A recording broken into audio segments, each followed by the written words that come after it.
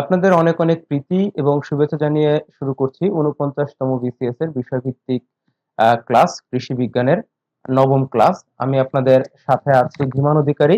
আমি ৪০তম বিসিএস এর একজন কর্মকর্তা। আমরা আজ যে বিষয়গুলো নিয়ে আলোচনা করব: crop weed competition, allelopathic effect, integrated weed management, soil water and air pollution, management of drought, agro forestry concept. তাহলে আমরা এই বিষয়গুলো নিয়ে আলোচনা শুরু করতে পারি। প্রথমে আমরা আসি হচ্ছে উইড। উইডটা হচ্ছে একটি আনওয়ান্টেড এবং uncultivated plant growing where it is not desired and which competes with the cultivated crops for nutrient, light, water and space. যেমন দেখেন এখান থেকে কথাগুলো পড়বেন যে উইড হচ্ছে একটা আনওয়ান্টেড এবং আনকাল্টিভেটেড একটা প্লান্ট, যেটা হচ্ছে গ্রো করবে কোথায়, যেখানে আমাদের প্রয়োজন না, মানে ইট ইজ নট ডিজায়ার্ড, সেই জায়গাতে এটা থাকবে এবং কম্পিট করবে, মানে কম্পিটিশন করবে ক্রপের সাথে। কিসের উপর কিসের কম্পিটিশন করবে? একটা হচ্ছে নিউট্রিয়েন্ট, লাইট, ওয়াটার এবং স্পেস, এগুলো হচ্ছে কম্পিটিশন করবে। তাহলে তাকে আমরা বলবো হচ্ছে উইড। এখন এই উইডকে দুইটি ভাগে ভাগ করা যায়, একটা হচ্ছে রিলেটিভ উইড আর একটা হচ্ছে অ্যাবসোলিউট উইড।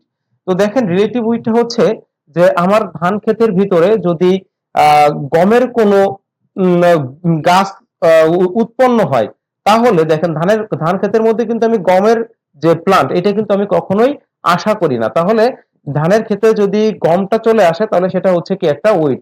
যদিও গমের কিন্তু একটা ভ্যালু আছে, কিন্তু ধানের ক্ষেতে গম আসলে তার কিন্তু কোনো ভ্যালু নেই, এজন্য এটাকে বলা হচ্ছে রিলেটিভ উইড। রিলেটিভ উইডটা হচ্ছে এ plant that is considered A weed only in certain situation or location. তাহলে এটাকে হচ্ছে একটা উইড হিসেবে বিবেচনা করা হয় একটা নির্দিষ্ট একটা জায়গাতে যখন আসে, তখন তাকে উইড হিসেবে বিবেচনা করা হয়, but may be useful in another place. কিন্তু সে আসলে মানে অন্য প্লেসের ক্ষেত্রে সে কিন্তু গুরুত্বপূর্ণ। It depends on time, place and purpose. যেমন দেখেন rice seedling in wheat field, এটা হচ্ছে উইড। তেমন হচ্ছে যদি আমরা হচ্ছে হুইট ফিল্ডের মধ্যে একটা ধানের চারা দেখি, তাহলে ধানের চারাটা কিন্তু একটা উইড হিসেবে বিবেচিত হবে। Then absolute weed. Absolute weed হচ্ছে যেটা হচ্ছে আসলে জন্মগতভাবেই উইড হিসেবে পরিচিত। তাহলে a plant that is always unwanted and harmful regardless of location or situation, মানে লোকেশন বা সিচুয়েশনের উপরে না, সে সব সময়ের জন্যই আনওয়ান্টেড এবং হচ্ছে হার্মফুল। তাহলে সেটাকে আমরা বলবো হচ্ছে অ্যাবসোলিউট উইড। এই অ্যাবসোলিউট উইডের যেমন উদাহরণ হচ্ছে দেখেন সাইনোডন ড্যাকটাইলন, যেটা হচ্ছে আমাদের যে দুর্ভা গাছ, এই দুর্ভা গাছ হচ্ছে এটা একটা কি একটা উইড। সে যেখানেই থাকুক না কেন তাকে আমরা সবসময় হচ্ছে উইড হিসেবেই জানবো। এরপর আছে ক্যারেক্টারিস্টিক্স অফ উইড। উইডের কি কি বৈশিষ্ট্য থাকতে পারে দেখেন। উইড আর প্রলিফিক। প্রলিফিক কথাটার অর্থ হচ্ছে এরা খুব দ্রুত, খুব অল্প সময়ের ভিতরে অনেক পরিমাণ বীজ প্রোডাকশন করতে পারে। তাইলে এরা হচ্ছে অনেক মানে খুব দ্রুত হচ্ছে এদের বংশ বিস্তার হতে পারে, জন্য এটাকে বলা হয় prolific. Weeds are prolific with abundant weed production, then they are persistent and resistant to their control and eradication. তারা হচ্ছে খুবই স্থায়ী এবং তাদের কন্ট্রোল এবং ইরাডিকেশন মানে হচ্ছে যে জায়গা থেকে তাদেরকে টোটালি হচ্ছে মানে নির্বংশ করে দেওয়া, যাকে আমরা বলি। তো এরকম নির্বংশ করা এবং বা কন্ট্রোল করা, এটা হচ্ছে তাদের ক্ষেত্রে খুবই কঠিন এবং তারা খুব স্থায়ীভাবে কোনো জায়গায় থাকতে পারে। উইট আর রিমেইন ডরমেন্ট, এটা হচ্ছে ডরমেন্ট অবস্থা থাকতে পারে অথবা ভাইবেল অবস্থা থাকতে পারে কতদিন? 30 থেকে 40 বছর পর্যন্ত। চিন্তা করেন যে কি পরিমাণ ভয়ানক, যে 30 থেকে 40 বছর পর্যন্ত তারা ডরমেন্ট অবস্থায় একটা জায়গায় কিন্তু থাকতে পারে। 30 থেকে 40 বছর পর যদি সে ফেভারেবল কন্ডিশন পায়, তাহলে সে সেখানে গ্রো করতে পারবে। Weeds are hardy and can resist adverse climate, disease and soil condition. মানে এটা হচ্ছে কি যে হার্ডি মানে এরা কি খুব সহজেই কিন্তু মানে অ্যাডভার্স কন্ডিশন এরা কিন্তু মারা যায় না। এজন্য ওরা বলছে কি যে যে কোনো ক্লাইমেট বা ডিজিজ বা সয়েল কন্ডিশন যেমনই থাকুক না কেন, সেখানে তারা কিন্তু বেঁচে থাকতে পারে। Weeds compete with crop plants for water, space, light and nutrients. সে হচ্ছে প্লান্টের সাথে এই ওয়াটার, স্পেস, লাইট এবং নিউট্রিয়েন্ট নিয়ে হচ্ছে কম্পিটিশন করে। কজেস অফ উইড কম্পিটিশন, যে উইড গুলো কেন ক্রপের সাথে কম্পিটিশন করে তার কিছু কারণ আছে। তার কারণ হচ্ছে দেখেন rapid growth of weeds. Weeds হচ্ছে খুব দ্রুত হচ্ছে গ্রো করতে পারে, যেটা আমরা বলছিলাম যে প্রলিফিক, এদের যে ক্যারেক্টারটা ছিল প্রলিফিক, এই প্রলিফিক ক্যারেক্টারের কারণে তারা খুব দ্রুত গ্রো করতে পারে, যে মানে উইডের সাথে পাল্লা দিয়ে ক্রপ গ্রো করতে পারে না। এজন্য হচ্ছে সবসময় উইড কি করে, ক্রপের যে খাবারটা সে খাবারটা সে দ্রুত হচ্ছে উইড খেয়ে ফেলে এবং ক্রপের সেটা কম পায়, কম পাওয়ার ফলে ক্রপের ইল্ড লস হয়, ক্রপ বাঁচতে পারে। হাই সিড প্রোডাকশন, এর হচ্ছে প্রচুর পরিমাণে সিড প্রডিউস হতে পারে। ভেজিটেটিভ প্রোপাগেশন, ভেজিটেটিভ প্রোপাগেশনের মাধ্যমেও এর বংশ বিস্তার হতে পারে। এবং এখানে একটা স্পেশাল ক্যারেক্টার আছে, সেটা হচ্ছে অ্যালিলোপ্যাথি। এই অ্যালিলোপ্যাথি ইফেক্টের কারণে সে অন্যান্য যে প্লান্ট গুলো আছে তাদের তাদেরকে সে সাপ্রেস করে রাখে, তাদেরকে সে বাঁচতে দেয় না। দেন আছে ক্রপ উইথ কম্পিটিশন। ক্রপ এবং উইথের মধ্যে যে কম্পিটিশন সেটা কাকে বলে? Crop with competition is the struggle between weeds and crop plants for essential growth factors. তাহলে এই যে উইড আর ক্রপের মধ্যে যে কম্পিটিশনটা হয়, এটা হয় হচ্ছে কিছু এসেনশিয়াল গ্রোথ ফ্যাক্টরের উপর ভিত্তি করে। সেগুলো কি কি? Nutrient, light, water, space, which result in reduce crop growth and yield. তার মানে হচ্ছে উইড আর ক্রপের যখন কম্পিটিশনটা হয়, তখন নিউট্রিয়েন্ট, লাইট, ওয়াটার এবং স্পেস এইগুলোর ভিতরে কম্পিটিশন হয় এবং এট লাস্ট ক্রপের গ্রোথ এবং ইল্ডটা হচ্ছে কমে যায়। Basis of competition weed and crop. Weed এর ক্রপের ভিতরে যে কম্পিটিশনটা হয়, এই কিসের উপর ভিত্তি করে হয়? দেখেন, they germinate earlier and establish quickly. তার মানে উইড গুলো ক্রপের তুলনায় দ্রুত জার্মিনেট করতে পারে এবং খুব দ্রুতই তারা এস্টাবলিশ হতে পারে। এটা হচ্ছে কি? ক্রপের তুলনায়। মানে উইড গুলো কেন ক্রপের সাথে কম্পিটিশন করে সেই কথাগুলো বলছি। কেন করে? তার কারণ হচ্ছে যে উইড গুলো খুব দ্রুত হচ্ছে জার্মিনেট করতে পারে এবং খুব দ্রুত তারা এস্টাবলিশ হতে পারে। They grow faster and are more adaptable. তারা খুব দ্রুতই হচ্ছে গ্রো করে এবং তারা অ্যাডাপ্টেবল, যে কোনো অ্যাডভার্স কন্ডিশনে উইড হচ্ছে বেঁচে থাকতে পারে, যেটা হচ্ছে ক্রপ পারে না। They have high seed production capacity and some weed are release allelopathic chemicals that suppress the crop growth. উইডের এই স্পেশাল ক্যারেক্টার গুলো থাকার কারণে সে ক্রপ গুলোকে সাপ্রেস করে রাখে এবং তার সাথে কম্পিটিশন করে তার ইল্ড এবং তার যে গ্রোথ এইটাকে হচ্ছে সে কমায় ফেলে। দেন আছে critical period of with competition. তার মানে হচ্ছে যে ক্রপের কিছু নির্দিষ্ট সময় আছে যে সময়তে উইড গুলো হচ্ছে বেশি পরিমাণ তাদের সাথে কম্পিটিশন করে। তো যদি আমরা কোনো ক্রপের মানে ইল্ডটা ভালো পেতে চাই, তাহলে ওই যে স্টেজ গুলো আছে ওই স্টেজে আমাদের ক্রপ ফিল্ডটা সবসময় উইড ফ্রি রাখতে হবে। তাহলে ক্রপের কোন কোন স্টেজে উইডটা হচ্ছে বেশি পরিমাণ কম্পিটিশনে লিপ্ত হয়, সেই স্টেজ গুলো যদি আমরা জানতে পারি, তাহলে সেই স্টেজে আমরা ফিল্ডটা টোটালি উইড ফ্রি রাখতে পারবো। তাহলে the period during crop growth when weeds must be control to prevent yield loss. তার মানে আমি যে কথাটাই বললাম যে একটা the period during crop growth, তাহলে ক্রপ গ্রোথের একটা হচ্ছে পিরিয়ড, একটা সময় যখন weed must be control to prevent the yield loss. তাহলে ইল্ড লসটা দূর করার জন্য উইডটাকে অবশ্যই কন্ট্রোল করতে হবে। সেটাকে বলা হচ্ছে critical period of weed competition. If weeds are removed during this stage, yield loss is minimize. যদি আমরা সেই সময় উইডটাকে রিমুভ করতে পারি, তাহলে আমাদের ইল্ড লসটাকে কমানো যাবে। সেই সময়গুলো কখন? দেখেন, রাইস এবং হচ্ছে অনিয়নের ক্ষেত্রে 20 to 45 ডেজ আফটার সোয়িং। তারপরে সোয়িং এর 20 থেকে 45 ডেজ পর ওই যে সময়টা, ওই সময়টাতে ফিল্ডটা সম্পূর্ণ উইড ফ্রি রাখতে হবে। কারণ ওই সময় হচ্ছে ওর গ্রোয়িং স্টেজ, ওই গ্রোয়িং স্টেজে যদি সে নিউট্রিয়েন্ট কম পায়, তাহলে তার ইল্ডটা কিন্তু আলটিমেটলি লস হবে। তাহলে সকল প্লান্ট গুলোর যে গ্রোয়িং যে স্টেজটা থাকে, যখন তার টিলারিং স্টেজ বা গ্রোয়িং স্টেজ হয়, ওই সময় তার যদি নিউট্রিয়েন্ট, টেম্পারেচার, লাইট এগুলো ঠিকভাবে না পায়, তখন তার ইল্ডটা কিন্তু লস হওয়ার সম্ভাবনা থাকে। তাহলে আমাদের ওই সময়গুলোতে অবশ্যই উইডটাকে কন্ট্রোল করতে হবে। হুইটের ক্ষেত্রে 30 to 45 ডেজ, মেইজির ক্ষেত্রে 15 to 45 days, jute, tomato, potato এগুলোর ক্ষেত্রে 20 to 30 ডেজ আফটার হচ্ছে শোয়িং। তাহলে শোয়িং এর এই সময় পরে অবশ্যই ফিল্ডটাকে হচ্ছে উইড ফ্রি রাখতে হবে। এরপর হচ্ছে অ্যালিলোপ্যাথি। অ্যালিলোপ্যাথিটা আমরা গত ক্লাসে একটু আলোচনা করেছিলাম, আজকে আমরা একটু বিস্তারিত দেখি যে allelopathy is a biological phenomenon in which one plant release chemical substances.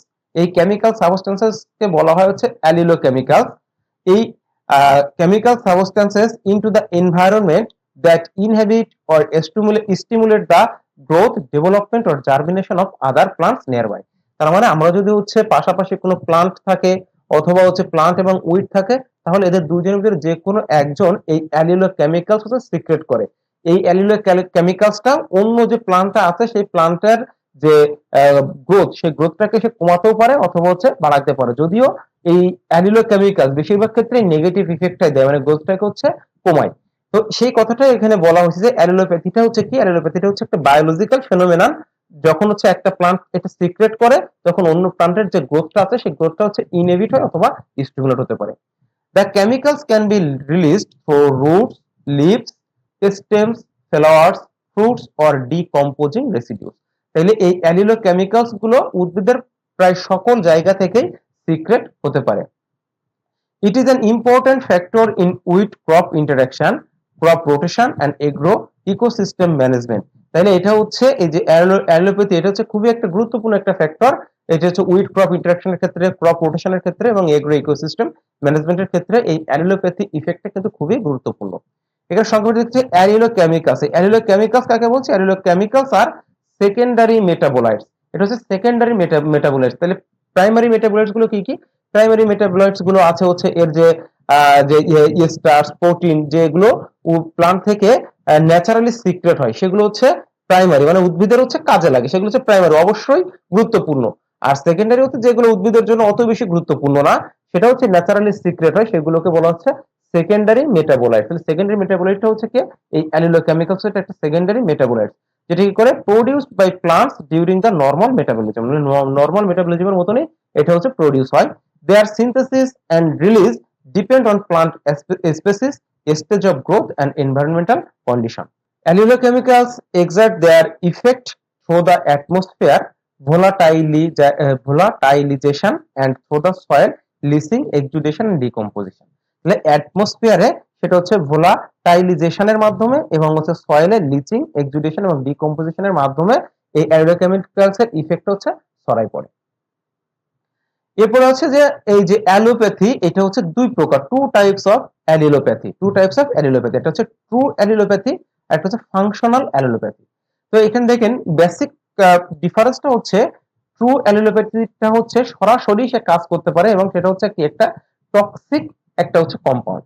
R functional অ্যালিলোপ্যাথিটা হচ্ছে সে কাজ করতে গেলে তাকে মাইক্রো অর্গানিজমের সাথে যুক্ত হয়ে তারপর হচ্ছে তাকে কাজ করতে হয়।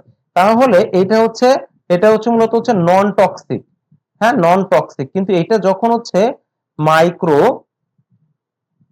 অর্গানিজম, হ্যাঁ মাইক্রো অর্গানিজমের সাথে যুক্ত হবে, তখন সে হচ্ছে তার এই অ্যালিলোপ্যাথি ইফেক্টটা হচ্ছে প্রডিউস করতে পারে।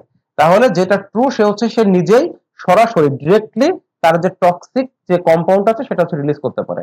আর যেটা হচ্ছে ফাংশনাল, সে সরাসরি পারে না, সে একটা মাইক্রো অর্গানিজমের সাথে যখন যুক্ত হয়ে তখন সে তার এই টক্সিক যে ম্যাটেরিয়ালটা আছে বা অ্যালিলোপ্যাথি যে ইফেক্ট আছে সেটা তখন সে প্রডিউস বা সিক্রেট করতে পারবে। তাহলে আমরা একটু দেখি যে the chemical released by the plant is already toxic and in its active form। তার মানে সে অলরেডি টক্সিক অবস্থাতে হচ্ছে প্লান্টে থাকে, সেটা হচ্ছে ট্রু অ্যালিলোপ্যাথি। আর the chemical released is a non toxic precursor compound. তাহলে এটা কি একটা নন টক্সিক অবস্থা যখন থাকে তখন সেটাকে বলা হচ্ছে functional allelopathy. The compound directly inhibits the target organism upon its release. তাহলে সে রিলিজ হওয়ার পর সরাসরি হচ্ছে তার যে টার্গেটেড অর্গানিজম আছে সেটাকে, তার যে গ্রোথ বা অন্যান্য যে কাজগুলো আছে সেগুলোকে সে ইনহিবিট করতে পারে। বাট ফাংশনাল অ্যালিলোপ্যাথিটা হচ্ছে the precursor compound is transformed into a toxic form by soil microorganism. তার মানে দেখেন এই যে নন টক্সিক যে কম্পাউন্ডটা ছিল সেটাই মাইক্রো অর্গানিজমের সাথে মিশে সে হচ্ছে টক্সিক হবে, দেন সে তার ফাংশনটা মানে তার ফাংশনটা শুরু করবে। এই জন্য এটাকে বলা হচ্ছে functional allelopathy. Soil microbes are not required. তাহলে এইখানে কিন্তু সয়েল মাইক্রোবস দরকার হচ্ছে না, কিন্তু ফাংশনাল অ্যালিলোপ্যাথির ক্ষেত্রে সয়েল মাইক্রোবস কিন্তু অবশ্যই গুরুত্বপূর্ণ, খুবই essential. The effect is more direct and less dependent on it's soil microbial activity. তাহলে এর ইফেক্টটা হচ্ছে কি সরাসরি ডিরেক্ট, এবং এটা যে সয়েল যে মাইক্রোবিয়াল আছে, মাইক্রো অর্গানিজম আছে, তার উপরে কিন্তু সেটা নির্ভর করে না। কিন্তু ফাংশনাল অ্যালিলোপ্যাথিটা হচ্ছে এটা হচ্ছে highly dependent on the soil microorganism, মানে সয়েল মাইক্রো অর্গানিজমের উপরে এটা কিন্তু খুব বেশি পরিমাণ হচ্ছে ডিপেন্ডেন্ট করে। তাহলে ট্রুটা হচ্ছে সে সরাসরি তার যে ফাংশন সেটা করতে পারে, আর ফাংশন অ্যালিলোপ্যাথির ক্ষেত্রে সে মাইক্রো অর্গানিজম থাকবে, তার সাথে সে মিশে তার টক্সিক যে কম্পাউন্ড সেটা প্রডিউস করবে, দেন হচ্ছে সে তার ফাংশনটা শো করতে পারবে। দেন অ্যালিলোপ্যাথি ভার্স হচ্ছে কম্পিটিশন। এটা আমরা গত ক্লাসে এটা পড়েছি এই ডিফারেন্সটা। অ্যালিলোপ্যাথিটা হচ্ছে যখন একটা প্লান্ট থেকে একটা টক্সিক ম্যাটেরিয়াল সিক্রেট হয়ে অন্য একটা প্লান্টকে সাপ্রেস করবে, সেটা হচ্ছে অ্যালিলোপ্যাথি।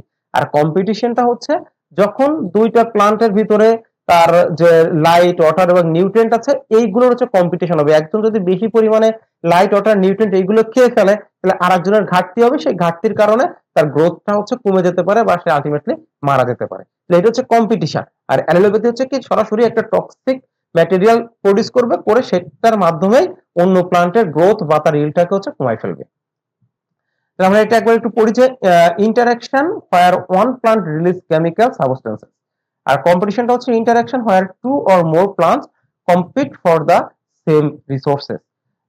সেম রিসোর্সেস গুলো কি কি, যে লাইট, ওয়াটার, নিউট্রিয়েন্টস এবং হচ্ছে space. Chemical inhibition or stimulation via allylochemicals released from roots, leaves, stem and residues। তাহলে এই যে allylochemicals গুলো কিসের মাধ্যমে সিক্রেট হতে পারে, রুটস, লিভস, স্টেম এবং রেসিডিউর মাধ্যমে।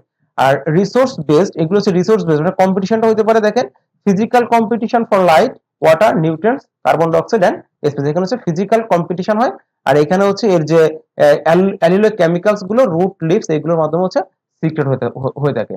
অ্যালিলোপ্যাথিটা পজিটিভ বা নেগেটিভ উভয় প্রকারই হতে পারে, কিন্তু কম্পিটিশনটা হচ্ছে অলওয়েজ নেগেটিভ, মানে সে সবসময় অপর জনের যে গ্রোথটা আছে সেই গ্রোথটাকে সে কমাবে এবং আলটিমেটলি প্লান্টটাকে মেরে ফেলতে পারে। Can not act as a distance through soil, leaches or residues. এবং হচ্ছে সে এইখান থেকে হচ্ছে যে মানে সয়েল, সয়েল এবং হচ্ছে রেসিডিউস এগুলো থেকে ডিস্টেন্স হয়ে সে তার কাজটা করতে পারে। আর কম্পিটিশনটা হচ্ছে ডিরেক্ট এবং সরাসরি তার সাথে কম্পিটিশনে যুক্ত হয়ে তার যে নিউট্রিয়েন্ট, ওয়াটার এগুলো সে গ্রহণ করবে এবং অপরজনকে এটা হচ্ছে স্যাক্রিসিটি দেখা দিবে, ফলে প্লান্টের গ্রোথটা কম হবে। দেন হচ্ছে পটেনশিয়াল অ্যালিলোপ্যাথি ইন উইড ম্যানেজমেন্ট। তাহলে যে অ্যালিলোপ্যাথি ইফেক্টের মাধ্যমে আমরা কিভাবে হচ্ছে উইডটাকে ম্যানেজ করতে পারি, তার মানে হচ্ছে কিছু কিছু প্লান্ট আছে যে প্লান্ট গুলো এই অ্যালিলোকেমিক্যালস সিক্রেট করে। এই অ্যালিলোকেমিক্যালস গুলো যে উইড আছে সেই উইডের গ্রোথটাকে সাপ্রেস করে উইডটাকে আর বাঁচতে দেয় না, বা তাকে হচ্ছে নতুন করে গ্রো করতে আর দেয় না। তাহলে এই যে প্লান্ট গুলো হচ্ছে অ্যালিলোকেমিক্যাল প্রডিউস করে তারাই কিন্তু মূলত এই অ্যালিলোপ্যাথি ইফেক্ট হচ্ছে শো করবে। তাহলে আমরা হচ্ছে মূলত এই যে মূল যে পয়েন্ট গুলো আছে এইগুলো একটু ভালো করে পড়বো, আর এর ভিতরে ব্যাখ্যা তো আমি এখানে দিয়ে দিয়েছি, ওইটা আপনারা একটু পড়ে নেবেন। তাহলে প্রথমে বলছে যে অ্যালিলোপ্যাথিক ক্রপস ইন ক্রপিং সিস্টেম। তাহলে ক্রপিং সিস্টেমের ভিতরে আমার অ্যালিলোপ্যাথিক ক্রপ হচ্ছে গ্রো করতে হবে, তাহলে তারা কি করবে, উইডটাকে সাপ্রেস করে রাখবে। সেই অ্যালিলোপ্যাথিক ক্রপ গুলো কি আছে দেখেন, সরগাম, সানফ্লাওয়ার, রাই, হুইট, রাইস, এইগুলো হচ্ছে আমার অ্যালিলোপ্যাথিক ক্রপ। দেখেন রাইস কিন্তু এ কিছু অ্যালিলোকেমিক্যাল সিক্রেট করে, যেটা হচ্ছে রাইস ফিল্ডে যে শামা, খুদে শামা যে উইডটা আছে এইটাকে কিন্তু সে সাপ্রেস করে রাখে। হ্যাঁ, তাহলে আমাদের এই ধরনের যে প্লান্ট গুলো আছে যারা অ্যালিলোকেমিক্যাল সিক্রেট করে সেই ক্রপ গুলো আমার ক্রপিং সিস্টেমে ব্যবহার করতে হবে। মালসেস এন্ড ক্রপ রেসিডিউস। মালসেস হচ্ছে আমরা যখন হচ্ছে কোনো ক্রপের সিডটা হচ্ছে মানে মাঠে দেওয়ার পর ওটাকে যখন ঢেকে দিই, ঢেকে দেওয়ার কোনো প্লাস্টিকের কোনো কাগজ দিয়ে অথবা হচ্ছে কচুরি পানা দিয়ে যখন আমরা মাটিটাকে ঢেকে দিই, ঢেকে দেওয়াকে সেটাকে বলা হয় কি, মালচিং। যখন এই মালচিং করা হয়, ওই মালচিং করলে যখন একে ঢেকে দেওয়া হয়, ঢেকে দেওয়া হলে তাদের হচ্ছে রেসপিরেশন কমে যায়, ফলে সেখানে হচ্ছে উইডটা হচ্ছে গ্রো করতে পারে না। তাহলে দেখেন রেসিডিউস অফ অ্যালিলোপ্যাথিক প্লান্ট যেমন wheat, barley, sunflower when used as mulch, যখন মাছ হিসেবে ব্যবহার করা হয় তারা release chemicals during the decomposition. এই ডিকম্পোজিশনের মাধ্যমে তারা হচ্ছে কিছু কেমিক্যাল হচ্ছে সিক্রেট করে যেটা সাপ্রেস দা উইড সিড জার্মিনেশন। তাহলে যখন আমরা মালচিং হিসেবে কোনো কিছু ব্যবহার করব, যখন ঢেকে দেওয়া হবে তখন সেখানে হচ্ছে ওই যে অক্সিজেন পায় না, অক্সিজেন না পেলে সেখানে কি হবে, ডিকম্পোজিশন হবে। ডিকম্পোজিশনের মাধ্যমে সেখানে কিছু অ্যালিলোকেমিক্যাল সিক্রেট হবে, যার মাধ্যমে উইড সিডটাকে সে হচ্ছে সাপ্রেস করে জার্মিনেট হতে। Then crop rotation and intercropping. Crop rotation এবং ইন্টারক্রপিং এর মাধ্যমে আমরা উইডটাকে কন্ট্রোল করতে পারি।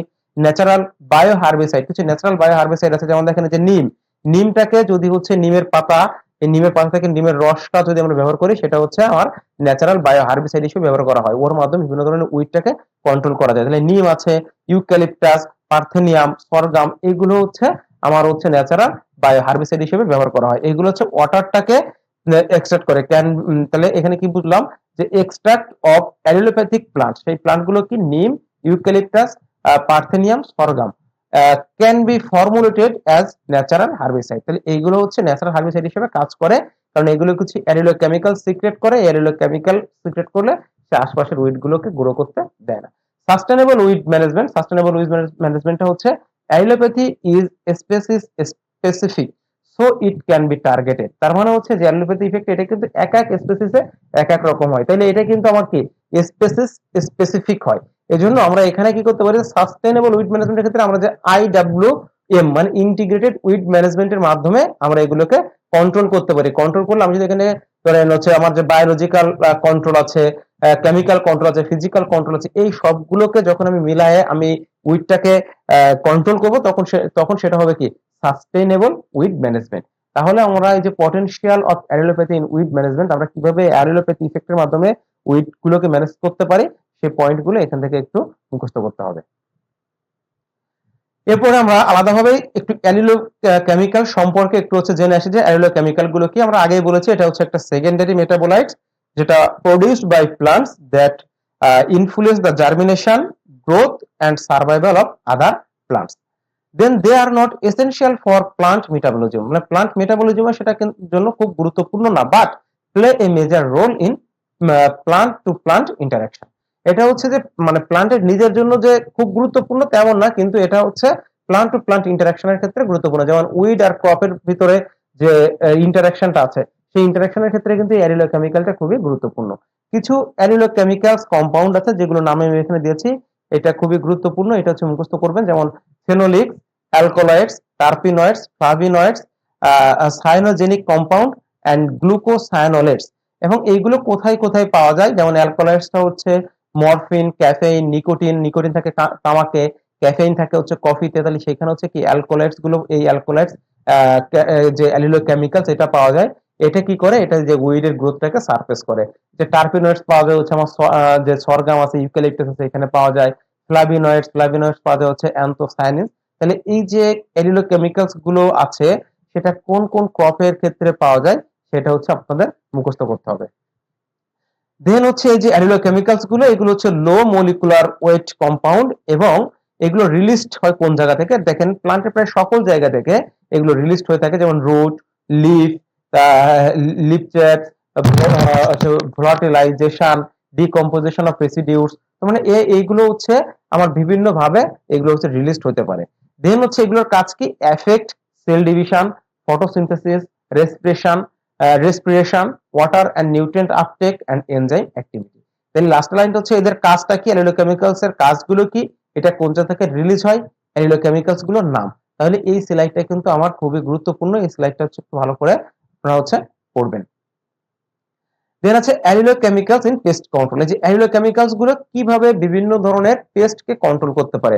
পেস্ট মানে কিন্তু বলা হয়েছে যে হার্বিসাইড, ফাঙ্গিসাইড, নেমাটোসাইড, ইনসেক্টিসাইড, মানে সকল কিছু যা প্ল্যান্টের জন্য ক্ষতিকর তাকেই বলা হচ্ছে কি পেস্ট। তাহলে হার্বিসাইডের ক্ষেত্রে দেখেন, হার্বিসাইড মানে হচ্ছে কি উইড। উইডটাকে কিভাবে কন্ট্রোল করে সেটা আমরা দেখে আসলাম যে অ্যালিলো কেমিক্যালস উইড কন্ট্রোল করতে পারে। সেটা হচ্ছে যে অ্যালকোলয়েড আছে, এই অ্যালকোলয়েড গুলো 137 ট্রাইমিথাইল জ্যান্থিন, মানে এই একটা কম্পাউন্ড সে সিক্রেট করে। সেটা কি করে, যে কফিয়া অ্যারাবিকা, এই কফিয়া অ্যারাবিকা থেকে আমার এটা হচ্ছে সিক্রেট হয়।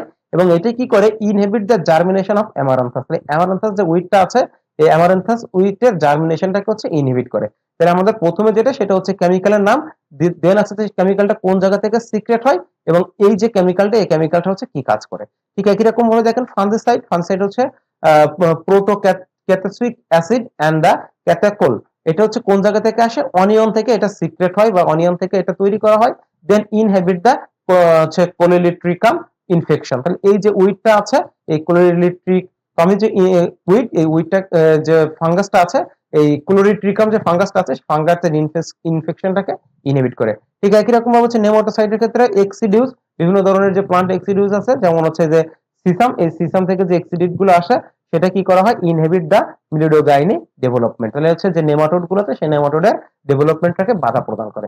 এট লাস্ট আছে ইনসেক্টিসাইড, যেমন যে প্রথমে বলছিলাম যে neem used as stored grain to repel the insects. তাহলে এস্টোরেট গ্রেইনের ক্ষেত্রে আমরা এই নিমটা ব্যবহার করি এই ইনসেক্ট গুলো মেরে ফেলানোর জন্য। তাহলে অ্যালিলো কেমিক্যালসটা সে কিন্তু হার্বিসাইড প্লাস অন্যান্য যে পেস্ট গুলো আছে সেগুলো কন্ট্রোল করার ক্ষেত্রেও ব্যবহার করা হয়ে থাকে। এরপরের টপিক হচ্ছে আমাদের হার্বিসাইড। হার্বিসাইডটা হচ্ছে যে মানে উইডটাকে আমরা যেভাবে কন্ট্রোল করি সেটাকে বলা হচ্ছে কি হার্বিসাইড। তো দেখেন হার্বিসাইডটা কি, একটা কেমিক্যাল সাবস্টেন্স যেটা use to kill or inhibit the growth of unwanted plants. মানে আনওয়ান্টেড প্লান্টস বলতে বোঝানো হচ্ছে কাকে, উইডকে। তাহলে আমরা উইডটাকে যেভাবে হচ্ছে এর গ্রোথটাকে ইনহিবিট করি বা মেরে ফেলি যে কেমিক্যালের মাধ্যমে, সেটাকে বলা হচ্ছে কি হার্বিসাইড। এই হার্বিসাইডটা মূলত হচ্ছে দুই রকমের থাকে, একটা হচ্ছে সিলেক্টিভ আর হচ্ছে নন সিলেক্টিভ। সিলেক্টিভটা হচ্ছে একেবারে কিল স্পেসিফিক টাইপস অফ উইড। তার মানে হচ্ছে আমার ধরেন প্লান্ট আছে, উইড আছে, প্লান্ট আছে এবং উইড আছে। তো আমি যদি সেখানে সিলেক্টিভ হার্বিসাইড ব্যবহার করি তাহলে সে শুধুমাত্র ওই উইড গুলোকেই মেরে ফেলবে, প্লান্টের কোনো ক্ষতি করবে না। কিন্তু নন সিলেক্টিভ হার্বিসাইডটা হচ্ছে আপনার প্লান্টও আছে, উইডও আছে। তো আপনি সেখানে যদি এই নন সিলেক্টিভ হার্বিসাইডটা অ্যাপ্লাই করেন তাহলে আপনার প্লান্ট এবং উইড দুইটাকে সে কি করবে, মেরে ফেলবে। মানে উইডটাকে মেরে ফেলবে এবং প্লান্টেরও সে কিছু ক্ষতি করবে। তাহলে নন সিলেক্টিভটা হচ্ছে দুইটার ক্ষেত্রেই, মানে প্লান্ট উইড সবার ক্ষেত্রে। আর সিলেক্টিভটা শুধুমাত্র আমি যাকে কন্ট্রোল করতে চাই, যদি আমি উইডকে কন্ট্রোল করতে চাই তাহলে শুধুমাত্র উইডটাই কন্ট্রোল করা যাবে। তাহলে সিলেক্টিভ হার্বিসাইডটা হচ্ছে স্পেসিফিক, আর নন সিলেক্টিভ হার্বিসাইডটা হচ্ছে কি টার্গেটেড এরিয়া, মানে একটা আমি এরিয়া টার্গেট করলাম, আমার এই এলাকায় যা আছে সবকিছুকে আমি মানে ধ্বংস করে দিব বা সেটাকে কন্ট্রোল করে ফেলবো, তখন আমি নন সিলেক্টিভটা ব্যবহার করব। Usually broad leave weeds or grassy weeds এর ক্ষেত্রে নন সিলেক্টিভ হার্বিসাইডটা ব্যবহার করা হয়। আর all plants including crops and weeds সবকিছুর ক্ষেত্রে ব্যবহার করা হচ্ছে নন সিলেক্টিভ। কিছু উদাহরণ দেওয়া আছে 2,4-D, এটা হচ্ছে একটা সিলেক্টিভ হার্বিসাইড, আর এখানে দেওয়া আছে গ্লাইকোফসফেট, প্যারাকুয়েট, এগুলো হচ্ছে non selective herbicide. Selective herbicide ব্যবহার করা হয় pre or post emergence. Pre আর পোস্ট ইমার্জেন্স মানে যখন আমার প্লান্টটা মানে আমি হচ্ছে এখনো ওই মানে জার্মিনেশনের জন্য দেওয়া হয় নাই বা সেটাকে এখনো গ্রো করা হয়নি তার আগেই, অথবা হচ্ছে পোস্ট ইমার্জেন্স বা গ্রো করা হয়ে গেছে তারপরে আমরা এটা ব্যবহার করতে পারি, যে কোনো সময় ব্যবহার করতে পারি। আর নন সিলেক্টিভটা হচ্ছে এনি টাইম, আপনি যে কোনো সময় এটাকে ব্যবহার করতে পারেন, এটা হচ্ছে এনি টাইম। আর এটা হচ্ছে pre or post emergence depending on the crop and weed type. এটা হচ্ছে নন সিলেক্টিভ। সিলেক্টিভ যেটা সেটা হচ্ছে অবশ্যই সেফ ফর ক্রপস, কারণ ক্রপের কোনো ক্ষতি করে না। আর নন সিলেক্টিভ যেটা সেটা হচ্ছে সেফ না, সেটা ক্রপ এবং উইড সবাইকেই সে ক্ষতি করে। Protect crops while controlling the specific weed, আর কমপ্লিট ভেজিটেশন কন্ট্রোল, তার মানে সরাসরি সে হচ্ছে একেবারে ভেজিটেশন মানে ক্রপ উইড যা যা থাকুক সবকিছুকেই সে একেবারে হচ্ছে নষ্ট করে ফেলে, সেটা হচ্ছে নন সিলেক্টিভ। তার মানে নন সিলেক্টিভটা হচ্ছে আমার বেশি ক্ষতিকর, নন সিলেক্টিভটা হচ্ছে বেশি ক্ষতিকর, আর এটা হচ্ছে আমার কম ক্ষতিকর, এটা হচ্ছে কম ক্ষতিকর, কম ক্ষতিকর। দেন আসে হচ্ছে ক্লাসিফিকেশন অফ হার্বিসাইড। হার্বিসাইডকে তিনটা ভাগে ভাগ করা যায়, সেটা হচ্ছে বেসড অন অ্যাপ্লিকেশন। সেটা হচ্ছে যে প্রথম যেটা দেখলাম প্রি প্লান্ট, প্রি ইমার্জেন্স এবং হচ্ছে পোস্ট ইমার্জেন্স। প্রি প্লান্টটা হচ্ছে দেখেন বিফোর সোয়িং, তার মানে প্লান্টটা সোয়িং করার আগেই যেটা আমরা ব্যবহার করব সেটা হচ্ছে প্রি প্লান্ট। প্রি ইমার্জেন্স হচ্ছে after sewing but before weed emerge, মানে প্লান্টটাকে শো করা হয়ে গেছে কিন্তু উইড এখনো সেখানে হয়ে পারি না, তখন হচ্ছে প্রি ইমার্জেন্স। আর পোস্ট ইমার্জেন্স হচ্ছে আফটার উইড ইমার্জেন্স, যখন উইডটা হচ্ছে পুরোপুরি ইমার্জ করবে তখন হচ্ছে পোস্ট ইমার্জেন্স। তাহলে প্রি প্লান্টের ক্ষেত্রে আমরা কোন হার্বিসাইডটা ব্যবহার করব সেটা হচ্ছে গ্লাইকোফসফেট। আর প্রি ইমার্জেন্সের ক্ষেত্রে কোনটা সেটা হচ্ছে দেখেন এনে নিয়ে আছে অ্যাট্রাজাইন বা মিথালিন, এই এই হার্বিসাইড গুলো ব্যবহার করব। এবং পোস্ট ইমার্জেন্সের ক্ষেত্রে 2,4-D বা গ্লাইকোফসফেট এবং প্যারাকুয়েট এইগুলো হচ্ছে ব্যবহার করতে হবে। বেসড অন অ্যাক্টিভিটি, অ্যাক্টিভিটির উপর ভিত্তি করে এটাকে চারটি ভাগে ভাগ করা যায়। একটা হচ্ছে কন্টাক্ট হার্বিসাইড, সিস্টেমিক হার্বিসাইড, একটা রেসিডুয়াল হার্বিসাইড আর হচ্ছে নন রেসিডুয়াল হার্বিসাইড। আপনাদের মনে আছে কিনা আমরা যখন হচ্ছে আমরা যে ইনসেক্টিসাইড বা ফাঞ্জিসাইড এইগুলো যখন পড়েছিলাম সেখানে কিন্তু আমার কন্টাক্ট পেস্টিসাইড ছিল, সিস্টেমিক পেস্টিসাইড ছিল। তাহলে কন্টাক্টটা হচ্ছে একেবারে সরাসরি যখন ওইটার সংস্পর্শে আসবে, তার মানে যখন হার্বিসাইডের সংস্পর্শে আসবে তখনই হচ্ছে উইডটা কন্ট্রোল করা যাবে, এটা হচ্ছে কন্টাক্ট। আর সিস্টেমিকটা হচ্ছে এটা গাছের যে একেবারে টিস্যুর মধ্যে এটা থেকে যায়, গাছের টিস্যুর মধ্যে থেকে গেলে যখন উনি ওই টিস্যুর সংস্পর্শে আসবে তখন হচ্ছে সেই প্যাথোজেন বা সেই উইডটা হচ্ছে মারা যাবে। তাহলে কন্টাক্টটা হচ্ছে মানে যখন ওই হার্বিসাইডের কাছে আসবে তখনই মারা যাবে। আর সিস্টেমিকটা হচ্ছে হার্বিসাইডের কাছে আসা লাগবে না, কেন কি আমি হার্বিসাইড প্লান্টে দিয়ে রাখছি, তো প্লান্টের কাছে যদি আমার উইড চলে আসে তখন সে আলটিমেটলি মারা যাবে। রেসিডুয়ালটা হচ্ছে যেটার ইফেক্টটা অনেক দিন পর্যন্ত থাকে, persist in soil two prevent the weed growth, মানে আপনি যদি সয়েলে এটা অ্যাপ্লাই করেন তাহলে এর ইফেক্টটা হচ্ছে অনেক দিন পর্যন্ত থাকবে, ইফেক্ট হচ্ছে অনেক দিন পর্যন্ত থাকে, সেটা হচ্ছে রেসিডুয়াল। আর যদি হচ্ছে অনেক দিন না থাকে মানে ক্ষণস্থায়ী, হ্যাঁ, যদি হচ্ছে ক্ষণস্থায়ী হয় তাহলে সেটা হচ্ছে নন রেসিডুয়াল। তাহলে এখান থেকে এই যে অ্যাকশনটা এবং এর যে এক্সাম্পলটা এটা হচ্ছে মুখস্থ করবেন। থার্ড ক্লাস হচ্ছে ইন্টিগ্রেটেড উইড ম্যানেজমেন্ট। দেখেন ইন্টিগ্রেটেড উইড ম্যানেজমেন্টটা কাকে বলা হচ্ছে, যে controlling unwanted plants to minimize their harmful effect on crops yield and quality. আর এই ইন্টিগ্রেটেড উইড ম্যানেজমেন্টটা এইটা হচ্ছে কালচারাল, মেকানিক্যাল, বায়োলজিক্যাল এবং কেমিক্যাল সবগুলো মেথডকে আমি একসাথে কম্বাইন করে যখন অ্যাপ্লাই করব তখন তাকে বলা হচ্ছে integrated weed management. Integrated weed ম্যানেজমেন্টটা করলে কি হয়, যে এটা আমাদের এনভায়রনমেন্টের জন্য খুবই হচ্ছে মানে উপকারী, মানে এনভায়রনমেন্টের মধ্যে সে কোনো ক্ষতি করে, এবং এটা হচ্ছে এগ্রিকালচার একটা সাস্টেনেবল একটা প্র্যাকটিস। তো প্রথমে হচ্ছে আমি কালচারাল এটা হচ্ছে অ্যাপ্লাই করলাম, যদি আমার কন্ট্রোল না হয় তাহলে মেকানিক্যাল, মেকানিক্যাল না হলে বায়োলজিক্যাল, এইভাবে ধাপে ধাপে একটার পর একটা মেথডের মাধ্যমে যখন আমরা উইডটাকে কন্ট্রোল করি তখন সেটাকে বলা হচ্ছে ইন্টিগ্রেটেড উইড ম্যানেজমেন্ট। এই ইন্টিগ্রেটেড উইড ম্যানেজমেন্টটা দেখেন কালচারাল যে প্র্যাকটিস গুলো আছে আমার উইড কন্ট্রোলে, সেটা হচ্ছে crop rotation, proper sowing time, seed rate, mulching, এইগুলোর মাধ্যমে, এই কালচারাল প্র্যাকটিসের মাধ্যমে আমরা উইডটাকে কন্ট্রোল করতে পারি। দেন হচ্ছে মেকানিক্যাল কন্ট্রোল। মেকানিক্যাল কন্ট্রোল হচ্ছে হ্যান্ড উইডিং, মানে হাত দিয়ে আমি উইড গুলো কুটে ফেলাম। হুইং, হুইং এর মাধ্যমে, হুইং মাউইং মানে হচ্ছে কি যে আঁচড়ানো, জমিটাকে আঁচড়াই আমি যে উইডটাকে যদি করি, টিলেজের মাধ্যমে আমি উইডটাকে কন্ট্রোল করতে পারি। বায়োলজিক্যাল হচ্ছে বিভিন্ন ধরনের যে অ্যালিলোপ্যাথিক ক্রপস যেগুলো আছে সেগুলোর মাধ্যমে আমরা উইডটাকে কন্ট্রোল করব। দেন কেমিক্যাল হচ্ছে বিভিন্ন ধরনের কেমিক্যাল হার্বিসাইড আছে, সেগুলোর মাধ্যমে আমরা উইডটাকে কন্ট্রোল করতে পারি। তাহলে যখন আমরা এই সবগুলো মেথডের মাধ্যমে একটা কম্বাইন ভাবে যখন হচ্ছে আমি অ্যাপ্লাই করব, তখন সেটাকে বলা হবে হচ্ছে ইন্টিগ্রেটেড উইড ম্যানেজমেন্ট। মানে এখানে দেখলাম যে ইন্টিগ্রেটেড উইড ম্যানেজমেন্ট আর আইপিএম, এই দুইটা দেখেন একই রকম। এটা হচ্ছে ইন্টিগ্রেটেড পেস্ট ম্যানেজমেন্ট, আইপিএম হচ্ছে ইন্টিগ্রেটেড পেস্ট ম্যানেজমেন্ট, আর আইডব্লিউএম হচ্ছে ইন্টিগ্রেটেড উইড ম্যানেজমেন্ট। তো ইন্টিগ্রেটেড পেস্ট ম্যানেজমেন্ট হচ্ছে এটা অল পেস্ট, যত রকম পেস্ট আছে, ইনসেক্ট, ডিজিজ, নেমাটোড, ভাইরাস, সবকিছুর ক্ষেত্রেই যদি কাজ করে সেটাকে বলা হচ্ছে আইপিএম। আর যখন সে শুধুমাত্র উইড নিয়ে কাজ করবে তখন তাকে বলা হবে হচ্ছে ইন্টিগ্রেটেড উইড ম্যানেজমেন্ট। এটাই হচ্ছে আমার বেসিক পার্থক্য। আইপিএম টা কখন করা হবে এটা আমরা আগে পড়ছি, যে ইকোনমিক থ্রেশহোল্ড লেভেলের যখন নিচে থাকবে তখন হচ্ছে আমার কন্ট্রোল মেজারটা নিতে হবে। আর ইন্টিগ্রেটেড উইড ম্যানেজমেন্টটা কখন হবে? Minimize the crop weed competition, যখন মানে এই মিনিমাইজ ক্রপ উইড কম্পিটিশনটা মিনিমাইজ করার জন্য আমরা হচ্ছে এই ইন্টিগ্রেটেড উইড ম্যানেজমেন্টটা করব। তাহলে এই যে পার্থক্যটা আছে, এই পার্থক্যটা আপনারা একটু হচ্ছে দেখে নেবেন। আচ্ছা, এই হচ্ছে আমাদের যে প্রথম পোর্শন ছিল, সেই প্রথম পোর্শন আমাদের এখানে শেষ হলো, যে ক্রপ উইড কম্পিটিশন। এরপর আমাদের আছে হচ্ছে পলিউশন, যে এয়ার পলিউশন, ওয়াটার পলিউশন, তারপরে যে স্যালাইনিটি, এইগুলো আমাদের পরবর্তীতে আছে, যে সাউন্ড পলিউশন, এগুলো। তো এই পলিউশনটা আমাদের পরীক্ষার জন্য আসলে অত বেশি গুরুত্বপূর্ণ না। তো আমার কাছে যেগুলো একটু গুরুত্বপূর্ণ মনে হয়েছে বা যেটুকু পড়া দরকার সেটুকু আমি এখানে হচ্ছে আলোচনা করব, কারণ এই পলিউশনের থেকে আমরা অন্যান্য যে টপিকস গুলো পড়লাম সেখানে কিন্তু অনেক বেশি হচ্ছে গুরুত্বপূর্ণ বিভিন্ন টপিক ছিল, তো ওইগুলো একটু ভালো করে পড়বেন।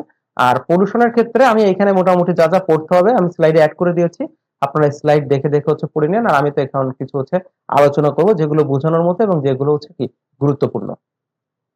প্রথমে আসি যে পলিউশনটা কাকে বলে। পলিউশন হচ্ছে একটা undesirable change in the physical, chemical or biological characteristics, air, water or হচ্ছে সয়েল। তাহলে এটা হচ্ছে কি আনডিজারেবল একটা চেঞ্জ, সেটা হচ্ছে ফিজিক্যাল হতে পারে, কেমিক্যাল হতে পারে, অথবা বায়োলজিক্যালও হতে পারে। এবং এটার মাধ্যমে কি হয়? Caused by human or natural activities which adversely effected. তাইলে এই পলিউশনের কারণে আমার হিউম্যান বা ন্যাচারাল, মানে নেচার, এটা হচ্ছে এফেক্টেড হবে, এবং এটা হচ্ছে একটা আনডিজারেবল চেঞ্জ, যেটা আমি চাচ্ছি না এরকম একটা change. The substance which causes the pollution is called the pollutant. Pollutant হচ্ছে যার মাধ্যমে পলিউশনটা হয়ে থাকে তাকে বলা হচ্ছে পলুটেন্ট, যার মাধ্যমে পলিউশন হয়ে থাকে। It can be solid, liquid or gaseous. পলিউশনটার এই যে পলুটেন্ট, পলুটেন্ট গুলো আমার সলিড হতে পারে, লিকুইড হতে পারে, অথবা গ্যাসিয়াস হতে পারে। Gaseous substance which present in such concentration so that it can be injurious to the environment. Pollutants may be chemical and geochemical, সেগুলোকেই ডাস্ট, সেডিমেন্ট। এটা হতে পারে বায়োটিক অ্যান্ড ফিজিক্যাল, যেমন হচ্ছে pollen, heat, sound etcetera, that released by man into the environment. এই যে পলিউশনের জন্য এইগুলো কি মূলত মানুষের মাধ্যমেই এই পলিউশনটা হয়ে থাকে, এবং মানুষের মাধ্যমে পলিউশনটা মানুষের মাধ্যমে হচ্ছে এনভায়রনমেন্টে প্রকাশ, মানে এনভায়রনমেন্টে প্রবেশ করে। এবার হচ্ছে পলুটেন্ট, এই যে পলুটেন্ট গুলো আছে বিভিন্ন রকম পলুটেন্টের নাম হচ্ছে এইখানে, যেমন হচ্ছে nitric oxide, carbon dioxide, sulphur dioxide, ozone, তারপর হচ্ছে লেড, মানে যে বিভিন্ন ধরনের যে ভারী মেটেরিয়াল গুলো হচ্ছে lead, zinc, nickel, cadmium, smoke, dust, fungicide, fertiliser, pollen, এরা সবগুলো হচ্ছে কি, এরা সবগুলো হচ্ছে পলুটেন্টস, এইগুলোর মাধ্যমে বিভিন্ন ধরনের পলিউশন গুলো হয়ে থাকে। দেন হচ্ছে টাইপ অফ পলিউটেন্টস, কি কি টাইপের পলিউটেন্টস আছে। প্রথম হচ্ছে ডিগ্রেডেবিলিটির উপর ভিত্তি করে দুই ভাগে, একটা হচ্ছে বায়োডিগ্রেডেবল পলিউটেন্টস আর একটা হচ্ছে নন বায়োডিগ্রেডেবল পলিউটেন্টস। তার মানে যেটাকে হচ্ছে ভাঙা যায়, ব্রোকেন ডাউন ন্যাচারালি, যেটাকে ভাঙা যায় মানে যেটা হচ্ছে ডিকম্পোস্ট হয়ে মিশে যায় মাটির সাথে, সেটাকে বলা হচ্ছে বায়োডিগ্রেডেবল। আর যেটা মিশে যায় না সেটাকে বলা হচ্ছে নন বায়োডিগ্রেডেবল পলিউটেন্টস। তাহলে বায়োডিগ্রেডেবল কোনগুলো? Sewage, food waste, paper, agriculture residues. তার মানে এই যেগুলো মাটির সাথে মিশে যায়, আমরা এখানে লিখে দিই যেগুলো হচ্ছে সহজে মাটির সাথে হচ্ছে মিশে যায়, যেগুলো সহজে মাটির সাথে মিশে যায় সেগুলোকে বলা হচ্ছে বায়োডিগ্রেডেবল পলিউটেন্টস। আর যেগুলো মেশে না সেগুলোকে বলা হচ্ছে নন বায়োডিগ্রেডেবল পলিউটেন্টস। সেই নন বায়োডিগ্রেডেবল পলিউটেন্টস গুলো কি কি আছে? বিভিন্ন ধরনের কেমিক্যাল, যেমন DDT, heavy metals, plastic, radioactive substance etcetera. Based on origin, অরিজিনের উপর ভিত্তি করে একটা হচ্ছে প্রাইমারি পলিউটেন্টস আর একটা হচ্ছে সেকেন্ডারি পলিউটেন্টস। প্রাইমারি মানে যেগুলো সরাসরি পলিউশনের সাথে যুক্ত, যেমন দেখেন carbon monoxide, sulphur die oxide, এরা কি সরাসরি হচ্ছে পলিউশনের সাথে যুক্ত, এই জন্য এদেরকে বলা হচ্ছে প্রাইমারি পলিউটেন্টস, এরা হচ্ছে ডিরেক্টলি পলিউট করে।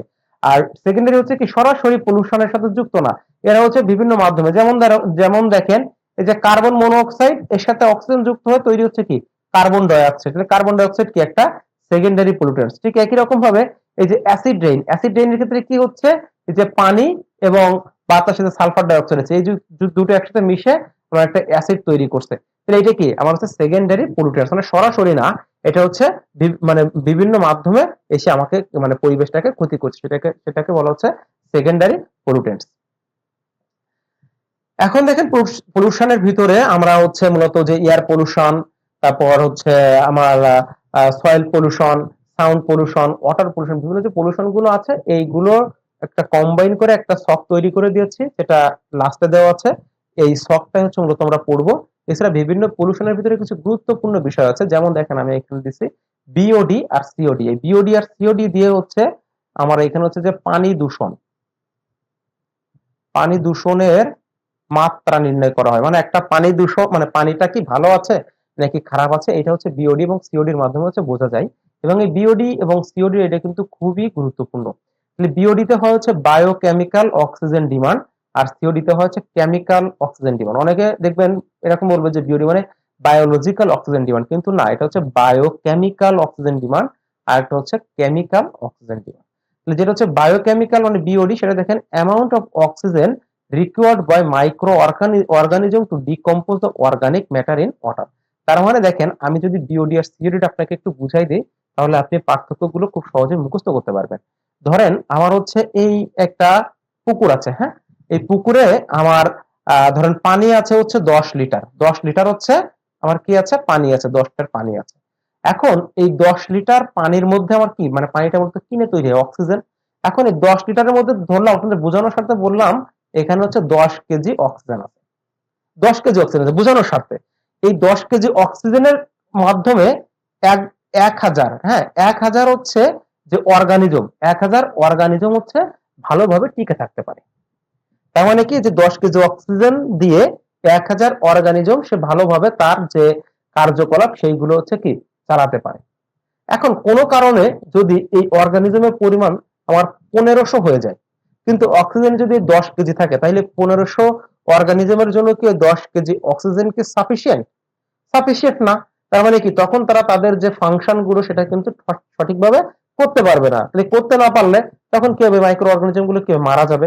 মারা যে সারা কোটে থাকবে, পানিতে তখন ডিকম্পোজ হবে, ডিকম্পোজে সে পানিটাকে আস্তে আস্তে কি করে ফেলবে, নষ্ট করে ফেলবে। তাহলে এই বিওডি দিয়ে আমরা একটা মাত্রা দেখবো যে পানির বিওডি কত, তার মানে বায়োকেমিক্যাল অক্সিজেন ডিমান্ড, মানে এখানে হচ্ছে আমার অক্সিজেনের পরিমাণটা কেমন আছে সেটা দেখে আমি বুঝতে পারবো যে আমার এখানে কি পরিমাণ অর্গানিজম আছে আর তাদের জন্য আমার কতটুকু অক্সিজেন দরকার আর কতটুকু আছে। এটা হচ্ছে বিওডি এবং সিওডি এর মাধ্যমে হচ্ছে তুলনা করা হয়।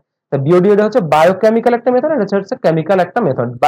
বিওডিটা করতে অনেক সময় লাগে আর সিওডিটা করতে খুব বেশি সময় লাগে না। তাহলে আমরা এখন এই পার্থক্যটা একটু দেখি। Amount of oxygen required by microorganism, মাইক্রো অর্গানিজমের জন্য কি পরিমাণ অক্সিজেন প্রয়োজন টু ডিকম্পোজ অর্গানিক ম্যাটার, মানে অর্গানিক ম্যাটার গুলোকে ডিকম্পোজ করার জন্য কতটুকু অক্সিজেনের প্রয়োজন সেটা হচ্ছে বিওডির মাধ্যমে নির্ণয় করা যায়। আর সিওডিটা হচ্ছে amount of oxygen required to the chemically oxidize organic and inorganic. মনে রাখবেন এটুকু যে সিওডির ক্ষেত্রে অর্গানিক এবং ইনঅর্গানিক যে ম্যাটার গুলো আছে সেইগুলো ডিকম্পোজ করতে কতটুকু অক্সিজেনের প্রয়োজন, আর বিওডির ক্ষেত্রে শুধুমাত্র অর্গানিক যে ম্যাটার গুলো আছে সেটার জন্য কতটুকু অক্সিজেন প্রয়োজন। এটা হচ্ছে বায়োলজিক্যাল, হ্যাঁ এটা হচ্ছে বায়োলজিক্যাল ইউজেস হচ্ছে মাইক্রো অর্গানিজম। আর কেমিক্যালটা হচ্ছে use the strong oxidising agent, যেমন পটাশিয়াম ডাইক্রোমেট। তাহলে এটা হচ্ছে আমার মাইক্রো অর্গানিজমের মধ্যে করা হয়, আর এটা হচ্ছে বিভিন্ন ধরনের কেমিক্যাল ব্যবহার করা হয়। বলছিলাম যে বিওডিটা হচ্ছে অনেক সময় লাগে, এটা হচ্ছে ইউজুয়ালি 5 ডেজ মানে 5 দিন মতো সময়, আর এটা হচ্ছে ফিউ আওয়ার্স মানে কয়েক ঘন্টার মাধ্যমে এটা নির্ণয় করা যায়। অনলি বায়োডিগ্রেডেবল অর্গানিক ম্যাটারটা এখানে ব্যবহার করা হয়, আর এখানে বায়োডিগ্রেডেবল নন বায়োডিগ্রেডেবল সবকিছু ব্যবহার করা যাবে। অলওয়েজ লোয়ার দেন হচ্ছে সিডি, তার মানে সব সময়ের জন্য আমার হচ্ছে বিওডি থেকে সিওডি এর মানটা হচ্ছে সবসময় বড় হবে। এরপর হচ্ছে যে বিওডি কি কি কাজে লাগে দেখেন এখানে বাংলায় লিখে দিয়েছি যে নদী, হ্রদ, পুকুর এর পানির মান পরীক্ষা করা হয়, বায়োলজিক্যাল ট্রিটমেন্ট প্ল্যান্টের কার্যকারিতা যাচাই করা হয়, পানির ট্রিটমেন্ট ডিজাইন বা মনিটরিং করা হয়। ঠিক একই রকম ভাবে সিডি কি কাজে লাগে সেগুলো এখানে উল্লেখ করে দেওয়া হয়েছে। এরপর হচ্ছে টিডিএস। টিডিএস হচ্ছে total concentration of dissolved substance, মানে টোটাল ডিজলভ সাবস্টেন্স। টি তে হচ্ছে টোটাল, ডি তে ডিজলভ, এস হচ্ছে সাবস্টেন্স। তার মানে আমার হচ্ছে পানিতে কি পরিমাণ ডিজলভ সাবস্টেন্স আছে। এই ডিজলভ সাবস্টেন্স গুলো আমার হতে পারে অর্গানিক এবং হচ্ছে ইনঅর্গানিক, উভয় প্রকারই হতে পারে। এবং এই টিডিএস এর মাত্রা ডব্লিউএইচও একটা ফিক্সড করে দিয়েছে, সেটা হচ্ছে 500 মিলিগ্রাম পার লিটার। মানে 1 লিটারের মধ্যে যদি 500 মিলিগ্রামের হচ্ছে কম থাকে তাহলে সেটা হচ্ছে আপনার পানিটা ড্রিঙ্ক করার জন্য ঠিক আছে। আর যদি এর বেশি হয়ে যায় তাহলে সেটা হচ্ছে মানে সে পানিটা হচ্ছে দূষিত পানি, সেটা হচ্ছে খাওয়া যাবে না। এখন টিডিএস এর কাজ কি? এটা হচ্ছে changes the test of water, মানে ওয়াটার টেস্টটাকে সে চেঞ্জ করতে পারে। হাই টিডিএস সেটা হচ্ছে স্যালাইন ওয়াটার হয়ে যায়, তখন রিডিউস দ্য সয়েল ফার্টিলিটি। আর TDS indicates the pollution in rivers, lakes and the ground water. তার মানে এটার মাধ্যমে আমরা হচ্ছে পলিউশন বোঝায়, এটার মাধ্যমে হচ্ছে ওয়াটারের স্যালাইনিটি বোঝা যায়, এবং পানির যে টেস্ট, এই টেস্টটা হচ্ছে চেঞ্জ করা যায় টিডিএস এর মাধ্যমে। টিডিএস এর গ্রহণযোগ্য মাত্রা হচ্ছে কত? 500 মিলিগ্রাম পার লিটারের হচ্ছে কম। এরপর হচ্ছে green house effect. Green house ইফেক্টটা আমরা হচ্ছে অনেকবারই পড়ে আসছি। তো এই গ্রিন হাউস ইফেক্টের মধ্যে যে গুরুত্বপূর্ণ যে বিষয়গুলো আছে সেগুলো আমি একটু আপনাদেরকে খুব সহজভাবে একটু দেখাবো। দেখেন, গ্রিন হাউস ইফেক্টটা হচ্ছে যে মূলত আমি এখানে একটা লাইন দিয়েছি, দেখেন যে Sunlight pass through the atmosphere, মানে অ্যাটমসফিয়ারের মধ্যে দিয়ে সে আসে, আর্থ সারফেস অ্যাবজর্ব ইট, এবং এই আর্থটা হচ্ছে অনেক ভূপৃষ্ঠ সেটাকে অ্যাবজর্ব করে, দেন রেমিটস দ্য ইনফ্রারেড রেডিয়েশন, এবং এটা হচ্ছে যখন বিকিরণ হয়ে চলে যাওয়ার পরে সেটা হচ্ছে যে গ্রিন হাউস যে গ্যাসগুলো আছে এই গ্যাসগুলো এই তাপমাত্রাটাকে ট্র্যাপ করে, মানে সেটাকে ধরে রাখে। এর ফলে হচ্ছে আমাদের পৃথিবীটা হচ্ছে উত্তপ্ত হয়। তাহলে এই যে গ্রিন হাউস, তাহলে গ্রিন হাউসটা আমি যদি এখানে একটু দেখাই, ধরেন এই হচ্ছে আমার যে কাচের যে ঘর, হ্যাঁ, এটা হচ্ছে সেই গ্লাস গ্লাস হাউস, হ্যাঁ, গ্লাস হাউস। তো এখানে আমার কি থাকে? সূর্য থাকে। সূর্য থেকে আমার তাপমাত্রাটা কি এই ঘরের ভিতরে প্রবেশ করে। তো এইটাকে বলা হয় হচ্ছে short short wave. Short wave তার মানে হচ্ছে ক্ষুদ্র তরঙ্গ দৈর্ঘ্য। ক্ষুদ্র তরঙ্গ দৈর্ঘ্যের যে ইউভি রশ্মি, ক্ষুদ্র তরঙ্গ দৈর্ঘ্যের ইউভি রশ্মি হচ্ছে এখানে প্রবেশ করে, এই কাচের ঘরের মধ্যে প্রবেশ করে। ক্ষুদ্র তরঙ্গ দৈর্ঘ্যের ইউভি রশ্মি মানে শর্ট ওয়েভ লেন্থ। সব শর্ট ওয়েভলেন্থ কার? ইউভি মানে আলট্রা ভায়োলেটের যে রশ্মিটা আছে সেটা কাচের ঘরে প্রবেশ করে। প্রবেশ করার পরে এটা কি বিকিরিত হয়ে যখন হচ্ছে বের হয়ে যায় তখন সেটা হয়ে যায় হচ্ছে আইআর রশ্মি। এই আইআর রশ্মিটা হচ্ছে লং ওয়েভ লেন্থ বা হচ্ছে বৃহৎ তরঙ্গ দৈর্ঘ্য। তাইলে এই যখন হচ্ছে বিকিরিত হয়ে আইআর রশ্মি হয় তখন তার তরঙ্গ দৈর্ঘ্যটা কি হয়ে যায়? বড় হয়ে যায়। বড় হয়ে গেলে সে এই কাচের ঘর থেকে বের হতে পারে না। কাচের ঘর থেকে বের হতে না পারলে তখন এই কাচের ঘরের ভিতরে থেকে যায়, তখন কাচের ঘরটা হচ্ছে উত্তপ্ত হয়। তখন কাচের ঘরটা হচ্ছে উত্তপ্ত হয়। এইটাকেই মূলত বলা হচ্ছে গ্রিন হাউস। এখন এই গ্রিন হাউসের কিছু ইফেক্ট আছে। তার মানে যখন এই যে অতিরিক্ত পরিমাণে এই যে কাচের ঘরটা যদি উত্তপ্ত হয় তখন সেটা কিন্তু আবার কি হবে? সেটা হচ্ছে আবার কিন্তু ক্ষতিকর হবে। তো আমাদের এই পৃথিবীটাকে গ্রিন হাউসের সাথে তুলনা করা হয়েছে, কিন্তু গ্রিন হাউস গ্যাসগুলো দিন দিন বৃদ্ধির ফলে এই তাপমাত্রাটা মানে টোটালি বাইরে যেতে পারে না, টোটালটাই হচ্ছে থেকে যায় ভূপৃষ্ঠে। এই কারণে ভূপৃষ্ঠটা কি দিন দিন উত্তপ্ত হচ্ছে। উত্তপ্ত হওয়ার কারণে এই যে সমুদ্র পৃষ্ঠের যে উচ্চতা এটা বৃদ্ধি পাচ্ছে, যে বরফ আছে সে বরফটা হচ্ছে গলে যাচ্ছে। তাহলে এই যে ক্ষতিকর প্রভাবগুলো হচ্ছে মূলত গ্রিন হাউস এই ইফেক্টের কারণে। গ্রিন হাউসের দুইটা গুরুত্বপূর্ণ কথা হচ্ছে যে শর্ট ওয়েভলেন্থের যে ইউভি রে এটা প্রবেশ করে, এবং বের হওয়ার সময় হচ্ছে লং ওয়েভলেন্থে আই আর রেটা হচ্ছে বাধা পেয়ে কাচের ঘরটাকে হচ্ছে উত্তপ্ত করে। তাহলে গ্রিন হাউসের ক্ষেত্রে আমরা দেখি কিছু গ্রিন হাউস গ্যাস আছে। সেই গ্রিন হাউস গ্যাসগুলো সবসময় মনে রাখবেন যে গ্রিন হাউস গ্যাসগুলো সেটা হচ্ছে কমপক্ষে 3টা পরমাণু থাকবে। গ্রিন হাউস গ্যাসের কমপক্ষে 3টা পরমাণু থাকবে। তাহলে দেখেন carbon die oxide, methane, carbon die oxide হচ্ছে CO2, মিথেন হচ্ছে CH4, আর নাইট্রাস অক্সাইড তো এখানে দেওয়া আছে N2O, ওয়াটার ভেপার, এবং হচ্ছে CFC মানে ক্লোরো ফ্লোরো কার্বন। এখন দেখেন যে গ্রিন হাউস গ্যাস হিসেবে সব থেকে গুরুত্বপূর্ণ কে? সেটা হচ্ছে carbon die oxide. Carbon die অক্সাইডের পরিমাণ হচ্ছে 49%। যদি বলা হয় যে প্রধান গ্রিন হাউস গ্যাস কোনটি, সেটা হবে হচ্ছে কার্বন ডাই অক্সাইড। তাহলে প্রধান গ্রিন হাউস গ্যাস হচ্ছে কার্বন ডাই অক্সাইড। এরপরে যে ক্ষতি করে সেটা হচ্ছে মিথেন, তারপর হচ্ছে সিএফসি গ্যাস। এই সিএফসিটা মূলত হচ্ছে ওজোন স্তরের জন্য সব থেকে বেশি দায়ী, বা ওজোন স্তরের জন্য প্রধান গ্যাস হচ্ছে সিএফসি, আর গ্রিন হাউসের জন্য প্রধান গ্যাস হচ্ছে কার্বন ডাই অক্সাইড। এখন দেখেন যদি আপনার পরীক্ষাতে আসে যে কার্বন মনো অক্সাইড কি একটা গ্রিন হাউস গ্যাস, বলেন তো কি হবে? একটু চিন্তা করেন, কার্বন মনো অক্সাইড কি green house gas?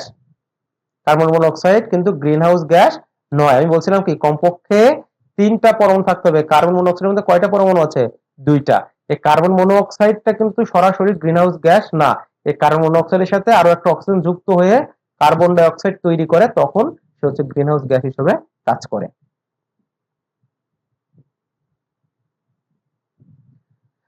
Effects or consequence of the green house effect, এগুলো আমরা জানি যে global warming, melting of polar ice, climate change, ocean acidification, impact on ecosystem and biodiversity, and ozone layer depletion. সব থেকে ক্ষতিকর যে কাজটা করছে সেটা হচ্ছে এটা, এই ওজোন লেয়ার ডিপ্লেশন। এই ওজোন লেয়ার ডিপ্লেশনের কারণে আমাদের কিন্তু হচ্ছে যে স্কিন ক্যান্সার বা বিভিন্ন ধরনের যে রোগগুলো হচ্ছে, এইগুলোর কিন্তু জন্য দায়ী কে? এই ওজোন লেয়ারটা। মানে এইগুলো থেকে আমাদের প্রোটেক্ট করতে ওজোন লেয়ার, ওজোন লেয়ারটা। আর এই গ্রিন হাউস গ্যাসগুলো কি করছে? এই ওজোন লেয়ারটাকে আস্তে আস্তে হচ্ছে ধ্বংস করে ফেলছে। এরপরে আমরা দেখবো হচ্ছে যে ভূপৃষ্ঠের যে 4টা স্তর আছে, জাস্ট এটা আমাদের ওই ওজোন লেয়ারের সময় একটু লাগবে, এজন্য আমি এখানে একটু চিত্রটা দিয়ে দিয়েছি। আপনারা একটু দেখে নিন, যদি ভুলে যেয়ে থাকেন তাহলে অবশ্যই এটা একটু দেখে নেবেন।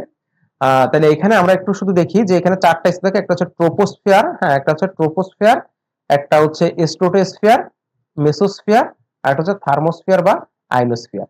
তো এখানে যে স্ট্রাটোস্ফিয়ার আছে, এই স্ট্রাটোস্ফিয়ারটাকে বলা হচ্ছে মূলত হচ্ছে ওজোন স্তর। আমাদের এই জিনিসটা একটু জানতে হবে যে স্ট্রাটোস্ফিয়ার মানে দ্বিতীয় যে স্তরটা আছে তাকে বলা হচ্ছে ওজোন স্তর। এবং দেখেন এইটা যদি আপনি এই বায়ুস্তর, বায়ুর যে 4টা স্তর, সকল প্রশ্নগুলো এর মধ্যে হচ্ছে দেওয়া আছে। যে দেখেন যে স্ট্রাটোস্ফিয়ার এর উচ্চতা কত? ভূপৃষ্ঠ থেকে 50 কিলোমিটার পর্যন্ত হচ্ছে এই স্ট্রাটোস্ফিয়ারের উচ্চতা। তাহলে আমাদের যে ওজোন গ্যাস, এই ওজোন গ্যাসটা কোথায় থাকে? এই স্ট্রাটোস্ফিয়ার অঞ্চলে আমাদের মতো থাকে হচ্ছে ওজোন গ্যাস। এরপর আসে হচ্ছে ওজোন। ওজোনটা কি? ওজোন হচ্ছে যে O3, O3 এই অক্সিজেন, অক্সিজেনের সাথে আরো একটা অক্সিজেন যুক্ত হয়ে আমার তৈরি করছে কি? এই ওজোন গ্যাস। তাহলে ozone layer is a region in the stratosphere about 10 to 50 kilometre above the earth surface. Its main function absorbs most of the sun's harmful ultraviolet radiation. মানে সব থেকে গুরুত্বপূর্ণ কাজ হচ্ছে এই যে আল্ট্রাভায়োলেট রে আছে, এর ভিতরে যে ক্ষতিকর যে উপাদানগুলো আছে সেইগুলো হচ্ছে অ্যাবজর্ব করে protecting the life of the earth. এখন পড়তে হবে যে ফরমেশন অফ ওজোন। ওজোনটা দেখেন কিভাবে তৈরি হয়। এই যে আমার একটা অক্সিজেনের অণু, এই অক্সিজেনের অণু যখন এই রে, এই ইউভি রের উপস্থিতিতে এই যে অক্সিজেনটা আছে, এই অক্সিজেনটা হচ্ছে ভেঙে 2টা অক্সিজেন পরমাণুতে পরিণত হয়। এবার এই অক্সিজেন পরমাণুগুলো অন্য একটা অক্সিজেন অণুর সাথে যুক্ত, অন্য একটা অক্সিজেন অণুর সাথে যুক্ত হয়ে এই ওজোন গ্যাস তৈরি করে। এবং এই ওজোন গ্যাসগুলো ওজোন লেয়ারে, ওজোন লেয়ারে গিয়ে জমা হতে থাকে। তাইলে দেখেন যে ইউভি রশ্মিটা কিন্তু আমার এই ওজোন গ্যাস তৈরির জন্য গুরুত্বপূর্ণ ভূমিকা পালন করছে। এখন দেখেন এই যে ওজোন লেয়ার ডিপ্লেশন, মানে ওজোন লেয়ারটা কিভাবে ভেঙে যাচ্ছে বা কিভাবে ক্ষয় হচ্ছে। তো আমি বলছিলাম যে ওজোন লেয়ার ডিপ্লেশনের জন্য সব থেকে গুরুত্বপূর্ণ যে গ্যাসটা দায়ী তার নাম হচ্ছে সিএফসি। দেখেন সার্টেন হিউম্যান মেড কেমিক্যাল, তার নাম হচ্ছে কি? সিএফসি, যেটা কি করে ড্যামেজ হচ্ছে ওজোন। তাহলে দেখেন এই যে সিএফসি গ্যাসটা কিন্তু কখনো ন্যাচারাল ভাবে কিন্তু তৈরি হয় না, এটা হচ্ছে মানুষই তৈরি করে। এবং মানুষ এই তৈরি করার ফলে আমার কিন্তু এই একমাত্র সিএফসি গ্যাসটাই সব থেকে বেশি পরিমাণে এই ওজোন স্তরটাকে ধ্বংস করার জন্য দায়ী। CFC release chlorine in the atmosphere which destroy the ozone molecule. তাহলে এই যে ক্লোরিনটা তৈরি করছে, এই ক্লোরিনটাই মূলত ওজোন লেয়ারটাকে ধ্বংস করে দিচ্ছে। দেখেন one chlorine atom can destroy thousands of ozone molecule. মানে একটা মাত্র ক্লোরিন সে কি করতে পারে? 1000-এরও বেশি যে ওজোন গ্যাস আছে, এই ওজোন মলিকুলটাকে সে কিন্তু ধ্বংস করতে পারে। তাহলে এখন দেখেন কিভাবে এটা ওজোন স্তরটাকে ধ্বংস করে দিচ্ছে, আমরা সেটা একটু দেখি। তাহলে ওজোন স্তরের জন্য সব থেকে গুরুত্বপূর্ণ গ্যাস কি? সিএফসি। এবং এই সিএফসি এর মধ্যে অনেক রকম কিন্তু গ্যাস আছে, সিএফসি 11, সিএফসি 12, সিএফসি 112 ইত্যাদি। তো এই সিএফসি যে 12, এই সিএফসি 12 গ্যাসটার সংকেত হচ্ছে CF2 CL2। এটা হচ্ছে সিএফসি 12 যে গ্যাসটা আছে সেটা সংকেত। এখন দেখেন এই যে সিএফসি গ্যাস, এই CF2 CL2, এইটা হচ্ছে এই যে ইউভি রে আছে, এই ইউভি রশ্মির প্রভাবে ইভি রশ্মির প্রভাবে এর এই ক্লোরিনটা হচ্ছে মুক্ত হয়ে যায়, মুক্ত হয়ে CF2Cl প্লাস হচ্ছে ক্লোরিন, এটাকে বলা হয় হচ্ছে জাইমান ক্লোরিন। হ্যাঁ, জাইমান ক্লোরিন, জাইমান মানে খুবই সক্রিয় ক্লোরিন। তাহলে এই যে ক্লোরিনটা এটা হচ্ছে খুবই সক্রিয় ক্লোরিন, সে আশেপাশে যেটাকেই পাবে তার সাথেই সে বিক্রিয়া করা শুরু করবে। এখন এই যে সক্রিয় ক্লোরিনে কি করবে, এই যে ওজোন স্তর O3, এই O3 এর কাছে সে চলে যাবে, এই যে জাইমান ক্লোরিন এই O3 এর কাছে চলে যাবে। O3 এর কাছে যে এই যে ওজনের মধ্যে কি ছিল, ওজনের মধ্যে ছিল কি একটা অক্সিজেন পরমাণু আর একটা কি অক্সিজেন অণু, মানে O2 আর O মিলেই তোমার কি তৈরি হয়েছে, ওজোন তৈরি হয়েছে না। এই যে ক্লোরিন, এই ক্লোরিনটা ওই যে একটা আলাদা যে অক্সিজেন ছিল তার সাথে যে যুক্ত হবে, যুক্ত হয়ে আর একটা হচ্ছে অক্সিজেন। মানে দেখেন তো এই যে O3 মানে ওজোন লেয়ারটাকে ClO এবং অক্সিজেন সে কিন্তু দুইটা ভাগে ভাগ করে ফেলছে, যে আমার কি ওজোন লেয়ারটা সে কি করলো, ধ্বংস করে ফেললো। এরপর এই যে ClO, এই ClO এইটা কি করবে, আর একটা অক্সিজেনের সাথে যুক্ত করে এখানে শুধু অক্সিজেন এবং আবার সে ক্লোরিন হিসেবে মুক্ত হয়ে যাবে। এই যে ক্লোরিন হিসেবে মুক্ত হয়ে সে তখন কি আর একটা ওজনকে ভাঙা শুরু করবে। তাহলে দেখেন এই যে সিএফসি গ্যাস কিভাবে একটা ওজনকে ভেঙে ফেলছে সেটা কিন্তু আপনি এখানে দেখলেন। তাহলে মূলত মনে রাখবেন যে সিএফসি গ্যাসের ভিতরে থাকে কি ক্লোরিন, এই ক্লোরিনটাকে বলা হচ্ছে জাইমান ক্লোরিন। এই জাইমান ক্লোরিনটা মূলত হচ্ছে যে ওজোন গ্যাসটাকে হচ্ছে ভেঙে ফেলে।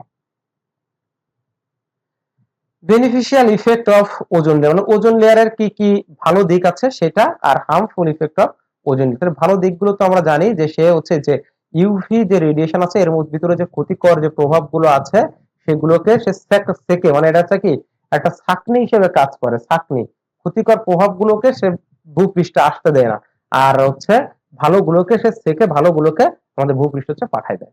Maintain the climatic balance, protects the human health, helps the sustain agriculture and ecosystem। আর হার্মফুল ইফেক্ট গুলো কি, হার্মফুল ইফেক্ট হচ্ছে দেখেন স্কিন ক্যান্সার, এই স্কিন ক্যান্সারের ভিতরে একটা নাম আছে মেলানোমা, একটা আছে নন মেলানোমা, এগুলো হচ্ছে একটা ক্যান্সার, এই স্কিন ক্যান্সারের নাম। এইগুলো হচ্ছে এইগুলোর জন্য দায়ী হচ্ছে মূলত এই ওজোন স্তরটা ভেঙে যাচ্ছে, ফলে ইউভি রশ্মিগুলো সরাসরি প্রবেশ করছে এবং ওইগুলি পরবর্তী স্কিন ক্যান্সার তৈরি করছে। আই ড্যামেজ বা ক্যাটারাক্ট, মানে চোখ হচ্ছে অন্ধ হয়ে যাচ্ছে বা চোখের সমস্যা হচ্ছে। রিডিউস দ্য ক্রপ ইল্ড, দেখেন ফসলের ক্ষেত্রে ক্রপ ইল্ড গুলো কমে যাচ্ছে। লোয়ার গ্রোথ অফ ফাইটোপ্লাঙ্কটন হচ্ছে কমে যাচ্ছে। অ্যাকোয়াটিক অর্গানিজম এগুলো মারা যাচ্ছে। Atmospheric circulation, ozone depletion alter the atmospheric circulation, atmospheric যে সার্কুলেশন এগুলোকে সে হচ্ছে নষ্ট করেছে, এবং অ্যাট লাস্ট কি হচ্ছে গ্লোবাল ওয়ার্মিং তৈরি হচ্ছে। এগুলো হচ্ছে হার্মফুল ইফেক্ট। এখন দেখেন এখানে হচ্ছে এনভায়রনমেন্টাল প্রবলেমস ইন বাংলাদেশ, এইগুলোর মূলত হচ্ছে সোর্স, কোনটা হচ্ছে কি এয়ার পলিউশন, এয়ার পলিউশনের সোর্স কি, ইমপ্যাক্ট কি, এবং এটাকে আমরা কিভাবে ম্যানেজ করব। তো এইভাবে হচ্ছে এয়ার, ওয়াটার, সয়েল এরকম ভাবে 10টা পলিউশনের নাম দেওয়া আছে। আপনারা জাস্ট এইগুলো হচ্ছে একটু রিডিং করবেন, রিডিং করে আপনাদের যে শীটটা দেওয়া হবে সেই শীটে এটা হচ্ছে আরো সুন্দর করে, মানে সুন্দর করে না, মানে এই জিনিসটা কি স্পষ্ট ভাবে দেওয়া আছে। এখানে তো অনেক ছোট ছোট লেখা বোঝা যাচ্ছে না, ওইখানে একটু বড় করে বড় আকারে দেওয়া আছে যাতে আপনারা ইজিলি হচ্ছে পড়তে পারেন। তাহলে এইখানে জাস্ট যে ইয়ার পলিউশনের জন্য যে পলিউটেন্ট গুলো দায়ী তারা কোথায় উৎপন্ন হচ্ছে, তার প্রভাবটা কি হচ্ছে এবং কিভাবে সেটাকে ম্যানেজ করা যাবে, জাস্ট এটা হচ্ছে এক দুইবার একটু রিডিং করবেন। আচ্ছা, এরপরে আসে হচ্ছে ডিজাস্টার। তো ডিজাস্টার আগে আচ্ছা আমি যে ধরেন ক্লাস তো প্রায় 8টা ক্লাস শেষ হয়েছে, আজকে 9 নম্বর ক্লাস চলছে, এরপরে 10 নম্বর ক্লাস নিলে আপনাদের সাথে আমার ক্লাস শেষ হবে, সেই সাথে আমাদের এগ্রিকালচারের টোটাল সিলেবাসটা শেষ হবে। আপনারা আসলে অনেক সময় অনেকে কমেন্ট করেন, বেশিরভাগ কমেন্টই আসলে আপনাদের হচ্ছে আহ, মানে ভালো বলতে আমার ক্লাস কেমন হয় সেই রিলেটেড। তো এখনো পর্যন্ত তেমন খারাপ কোনো কমেন্ট পাইনি যে ক্লাস খারাপ হয়েছে বা কোনো কিছু। তো আমি সবসময় কিন্তু ফোকাস করছি যে ক্লাসের যে কন্টেন্টটা একটু ভালো দেওয়ার জন্য, যাতে আপনাদের ক্ষেত্রে উপকার হয়, আপনারা শুধু স্লাইডটা পড়লেও যেন মোটামুটি একটা কাভার করতে পারেন। আমি কিন্তু সেই চিন্তা করেই এই স্লাইডটা তৈরি করি এবং স্লাইডের উপরে হচ্ছে বেশি নজর দিই। কিন্তু একটা বিষয় হচ্ছে আপনারা জানেন কিনা যে 8 নম্বর লেকচারে একজন একটা কমেন্ট করছেন, যেটা আসলে আমার মনে হয় যে তার করা উচিত হয় নাই। এই জন্য উচিত হয় নাই যে আপনারা কিন্তু আর কিছুদিন পর একটা প্রফেশনাল লাইফে যাবেন, তো আপনাদের কথাবার্তা গুলো কিন্তু ঠিক তেমন হওয়া উচিত যে আপনার কথা মানে একেবারে ডিরেক্টলি কাউকে অ্যাটাক করার মতো কথা কিন্তু আসলে বলা উচিত না। তো ধরুন আমি যে ক্যামেরাটা ইউজ করি, আমার যে ল্যাপটপের ক্যামেরা, নর্মালি তো ল্যাপটপের ক্যামেরা খুব বেশি ভালো হয় না, তো ক্যামেরাটাতে আমাকে একটু ঝাপসা দেখা যায়, তাই না? তো এটা নিয়ে কিন্তু আপনারা তেমন কোনো কমপ্লেনই করেন নাই, বা লাইভ এমসিকিউ থেকে আমাকে কিন্তু তেমন কিছু বলা হয়নি। এজন্য আমি এটাকে ইমপ্রুভ করার জন্য আর তেমন চিন্তা করি নাই। আমি মূলত ফোকাস করছি হচ্ছে আমার স্লাইডটার উপরে, কন্টেন্টের উপরে আমি বেশি হচ্ছে জোর দিয়েছি, এবং যেটা আপনাদের পছন্দ হয়েছে, আপনারা খুবই পজিটিভ কমেন্ট করেছেন যে ক্লাসগুলো ভালো হয়েছে, বুঝতেছেন এরকম। এগুলো আমার জন্য, ক্লাস ভালোভাবে নেওয়ার জন্য আমার খুব উৎসাহ প্রদান করছে এই বিষয়গুলো। যখন দেখছি যে আরো অনেকের ক্লাস গুলো অনেক নেগেটিভ কমেন্ট আছে, সেখানে আমার ক্লাস অনেক ভালো ভালো কমেন্ট আসছে। এই জন্য আপনাদের প্রতি কৃতজ্ঞতা। অবশ্যই ভালো লাগছে, আপনার খারাপ হলে অবশ্যই বলবেন। তো যে কথাটা বলতে যাচ্ছিলাম যে যে কমেন্ট করছিলেন, সে একটা কথা লিখছিলেন যে আহ, এমন একটা সাবজেক্টে পড়ি যে সাবজেক্টের টিচার পর্যন্ত হচ্ছে খ্যাত। যদিও সে আমাকে খ্যাত বলছেন, তো তাতে আমার অসুবিধা নাই, বলতেই পারেন আমি স্মার্ট নাও হতে পারি, কিন্তু কথা হচ্ছে ভাই, আপনি কি আসলে কৃষিতে পড়ে কি হতাশাতে আছেন? যদি হতাশাতে থাকেন তাহলে সেটা ঝেড়ে ফেলেন। কারণ কৃষিটা এমন একটা সাবজেক্ট, ডাইভার্সিফাই একটা সাবজেক্ট। এটার মাধ্যমে কিন্তু আপনি বিভিন্ন জায়গায় শিফট হতে পারেন। এই যেমন দেখেন, আমি আমি কিন্তু অলরেডি এর আগে 4টা চাকরি ছেড়ে এটা আমার কিন্তু পঞ্চম চাকরি চলে বিসিএস এর। তো এর আগে হচ্ছে কিন্তু আমি আরো 4টা চাকরি করে এইখানে আসছি, যদি 4টা করি নাই, 2টা চাকরি করছি, 3 বছর চাকরি করছি, দেন বিসিএস এ এই 2.5 বছর প্লাস হতে যাচ্ছে। তো এই জন্য আমি এতগুলো কথা এই জন্য বলছি যে আসলে কৃষিতে যদি আপনি পড়েন, আপনি দেখেন আপনার কতগুলো সুযোগ তৈরি হয়। এক হচ্ছে আপনি এগ্রিকালচারে আলাদাভাবে কৃষি ক্যাডারে যাইতে পারছেন, মানে একটা কৃষির জন্য আপনার আলাদাভাবেই কিন্তু এখানে একটা ক্যাডার আছে। আপনি শিক্ষাতে যেতে পারছেন, তাহলে বিসিএস এর জন্য আপনার আলাদা থাকলো, আর জেনারেল সাইড তো থাকলোই। তাহলে আপনি এক্সট্রা ফ্যাসিলিটিটা কি পাইলেন, যে কৃষি ক্যাডারটা পেলেন বা শিক্ষা ক্যাডার পেলেন, এটা একটা এক্সট্রা ফ্যাসিলিটি। দেন যে রিসার্চ অর্গানাইজেশন গুলো আছে, এইখানে কি অন্য কেউ যেতে পারে? এখানে কিন্তু অন্য কেউ যেতে পারে না, একমাত্র যারা হচ্ছে বিএসসি কমপ্লিট করা এগ্রিকালচারের উপর, তারাই কিন্তু যেতে পারে। তাহলে দেখেন, এই একটা এক্সট্রা আপনি কি চাকরির সুযোগ পাচ্ছেন না? তাহলে অন্যান্য যত চাকরি আছে সবগুলো তো আবেদন করতে পারছেনও, সেই সাথে কি এক্সট্রা এই সুবিধাগুলো আপনি পাচ্ছেন। এছাড়া এগ্রিকালচারের উপরে যত পরিমাণ রিসার্চ করার সুযোগ আছে, পিএইচডি করার সুযোগ আছে, অন্য কোনো সাবজেক্টে কিন্তু নাই। এবং এগ্রিকালচারে আপনি যদি হচ্ছে স্কলারশিপ পেতে চান, এটা কিন্তু অনেক ইজি। বাইরে যাওয়াটা এগ্রিকালচার থেকে অনেক সহজ। তাহলে এত সুযোগ থাকা সত্ত্বেও কেন যে মাঝে মাঝে আপনারা হতাশায় ভোগেন, এই জিনিসটা জানেন। জানেন, আমি কিন্তু বায়োটেকনোলজিতে চান্স পেয়েছিলাম। ইঞ্জিনিয়ারিং সাবজেক্ট আছে একটা URP, urban and rural planning, এখানে কিন্তু আমি অ্যাডমিশনের চান্স পেয়েছিলাম। তো সেইগুলোতে না পড়ে কিন্তু আমি এগ্রিকালচারে আসছি। তো আমি তো চিন্তা ভাবনা করে আসছি, এবং আমার যারা সিনিয়র আছেন তারা কিন্তু কেউ বেকার অবস্থায় বসে নাই, এবং সবাই খুব ভালো ভালো চাকরি করে। তো আপনারা হয়তো বা অনেকেই মাত্র পাশ করে বের হয়েছেন, অনেকে অনেকদিন পড়াশোনার মধ্যে আছেন। তো অ্যাটলিস্ট আপনারা শুধু একটু ভালো করে পড়াশোনা করেন, দেখবেন যে চাকরি আপনার বাড়ি এসে দিয়ে যাবে। কিন্তু হতাশ হবেন না, কারণ এগ্রিকালচারে পড়ে আপনি যতটা সুযোগ পাচ্ছেন, এই সুযোগ আর অন্য কোনো সাবজেক্টে কিন্তু আপনার নাই। তো যে ভাই আমার কমেন্টটা করেছিলেন, তাকে আমি বলেছিলাম যে আমার সাথে একটু যোগাযোগ করতে, তাকে আমি এই কথাগুলোই মূলত বলতাম, তাকে আমি অন্য কিছু বলতাম না। সে যেটা বলছে দেখেন, সে আমার ক্যামেরার খুঁতটা ধরছিল বলে আজকে হয়তো বা আমাকে একটু স্পষ্ট দেখলেও দেখতে পারেন, কারণ আমি আজকে ল্যাপটপের ক্যামেরা না, আমি অন্য একটা ক্যামেরাই কিন্তু ইউজ করতেছি। তো সেটা সে আমার জন্য অবশ্যই একটা সমালোচনা করছেন, তো অবশ্যই সেটা আমি পজিটিভ ভাবেই নিয়েছি। তো এই মেসেজটা আসলে দিতে যাচ্ছিলাম যে আপনারা যদি এগ্রিকালচারে পড়ে থাকেন, এটা মনে করেন যে একটা নোবেল সাবজেক্ট, আপনি এখান থেকে যে কোনো দিকে খুব ইজিলি শিফট হতে পারবেন, বুঝছেন? আর এছাড়াও যদি কোনো বিষয়ে এগ্রিকালচার রিলেটেড কিছু যদি জানতে চান, আমার নাম হচ্ছে তো ধীমান অধিকারী, তো বলছি, এটাতে ফেসবুকে পাবেন বা ইউটিউবে আমার একটা চ্যানেল আছে। তো এর মাধ্যমে, ফেসবুকের মাধ্যমে আমার সাথে আপনারা যোগাযোগ করতে পারেন, যদি আপনার কোনো কিছু এই এগ্রিকালচার রিলেটেড কোনো কিছু হচ্ছে জানার দরকার হয়ে থাকে। ঠিক আছে? তো যাই হোক, অনেকগুলো কথা বললাম, আপনাদের মূল্যবান সময় নষ্ট করলাম, এজন্য সরি। আমরা আমাদের পরের টপিকে চলে যাই, সেটা হচ্ছে ডিজাস্টার। ডিজাস্টারটা হচ্ছে একটা sudden catastrophic event that seriously disrupt the functioning of the community or society, causing the loss of life, property and environment. মানে এটা হচ্ছে কি একটা সাডেন এবং ক্যাটাস্ট্রফিক, মানে কি যে হচ্ছে ক্যাটাস্ট্রফিক বলতে বোঝায় এরকম যে মানে ভয়ঙ্কর বা হচ্ছে অনেক বেশি ক্ষতি করে, হ্যাঁ সেরকম ক্যাটাস্ট্রফিক ইভেন্ট, যেটা হচ্ছে কোন একটা কমিউনিটিতে সেখানে অনেক বেশি ক্ষতি করে, সেটা কি লাইফের ক্ষতি করতে পারে, প্রপার্টি অথবা এনভায়রনমেন্টের। এবং এই ডিজাস্টার হতে পারে ন্যাচারাল ডিজাস্টার, আর কিছু আছে হচ্ছে human induced disaster. Natural disaster গুলো হতে পারে কি কি, হতে পারে আমার হচ্ছে flood, drought, cyclone, storm, earthquake, হ্যাঁ ইত্যাদি ইত্যাদি, এগুলো হচ্ছে ন্যাচারাল। আর হিউম্যান গুলো হতে পারে দেখেন ভোপাল ডিজাস্টার। ভোপাল ডিজাস্টারটা কি? ভোপাল ডিজাস্টারটা হচ্ছে 1984 সালে, 1984 সালে ইন্ডিয়াতে এই যে মিথাইল আইসোসায়ানেট গ্যাসের কারণে অনেকে হচ্ছে মারা যায়। তো এটা কি একটা হিউম্যান ইনডিউসড ডিজাস্টার, কারণ মানব সৃষ্ট কিন্তু যে বোফল ডিজাস্টারকে যে মিথাইল আইসোসায়ানেট এই গ্যাসের কারণে অনেক লোক হচ্ছে মারা গেছে। তো এটা কি একটা হিউম্যান ইনডিউসড ডিজাস্টার। একই রকম দেখেন চেরনোবিল ডিজাস্টার, এটা তো আমরা মোটামুটি জানি যে চেরনোবিল ডিজাস্টার হচ্ছে কি একটা নিউক্লিয়ার যে রিয়েক্টর, এটা হচ্ছে বিস্ফোরিত হয়ে সেখানে হচ্ছে অনেক বেশি ক্ষয়ক্ষতি হয়। দেন হচ্ছে মিনামাটা ডিজিজ। মিনামাটা ডিজিজটা হচ্ছে এটা মূলত হচ্ছে জাপানে হয়ে থাকে। হ্যাঁ, জাপানে হয়ে থাকে বেশ আগে 1950 সালের দিকে জাপানে এই যে mercury poisoning from industrial waste water. Industrial waste ওয়াটারের ভিতরে যে মার্কারি একটা ভারী ধাতু, এই ভারী ধাতুটা সেটা কিন্তু আমাদের মানব দেহে অনেক ধরনের ক্ষতি করে। এই ক্ষতিগুলো মূলত হচ্ছে এই মিনামাটা ডিজিজ মানে এর পরে মিনামাটা ডিজিজটা হয়ে থাকে এবং অনেক লোক হচ্ছে মারা যায়। তাহলে এইগুলো হচ্ছে কি হিউম্যান ইনডিউসড ডিজাস্টার আর এইগুলো হচ্ছে ন্যাচারাল ডিজাস্টার। এখন হচ্ছে এখানে আমরা মূলত তিনটা ডিজাস্টার হচ্ছে একটু বেশি পড়বো। বেশি বলতে হচ্ছে এর যে কজ কি কারণে হয়ে থাকে, এর ইফেক্টটা কি এবং এটাকে আমরা কিভাবে ম্যানেজ করতে পারি, সেটা হচ্ছে ড্রট, ফ্লাড এবং হচ্ছে স্যালাইনিটি, যেটা আমাদের এগ্রিকালচারের জন্য গুরুত্বপূর্ণ। ড্রট, ফ্লাড এবং হচ্ছে স্যালাইনিটি। ড্রটটাও আমরা তো জানি যে drought is a prolonged period of abnormal low rainfall. বৃষ্টিপাত যদি কম হয় তাইলে মূলত হয়ে থাকে কি ড্রট হয়ে থাকে। এছাড়া হচ্ছে heavy evaporation due to the high temperature, deforestation, poor land management ইত্যাদি কারণে আমার ড্রট হয়ে থাকে। এছাড়া একটা গুরুত্বপূর্ণ দেখেন দেওয়া আছে কি এল নিনো এবং লা নিনো। এল নিনোটা হচ্ছে উত্তর এবং পূর্ব প্রশান্ত মহাসাগরে উষ্ণায়নের কারণ।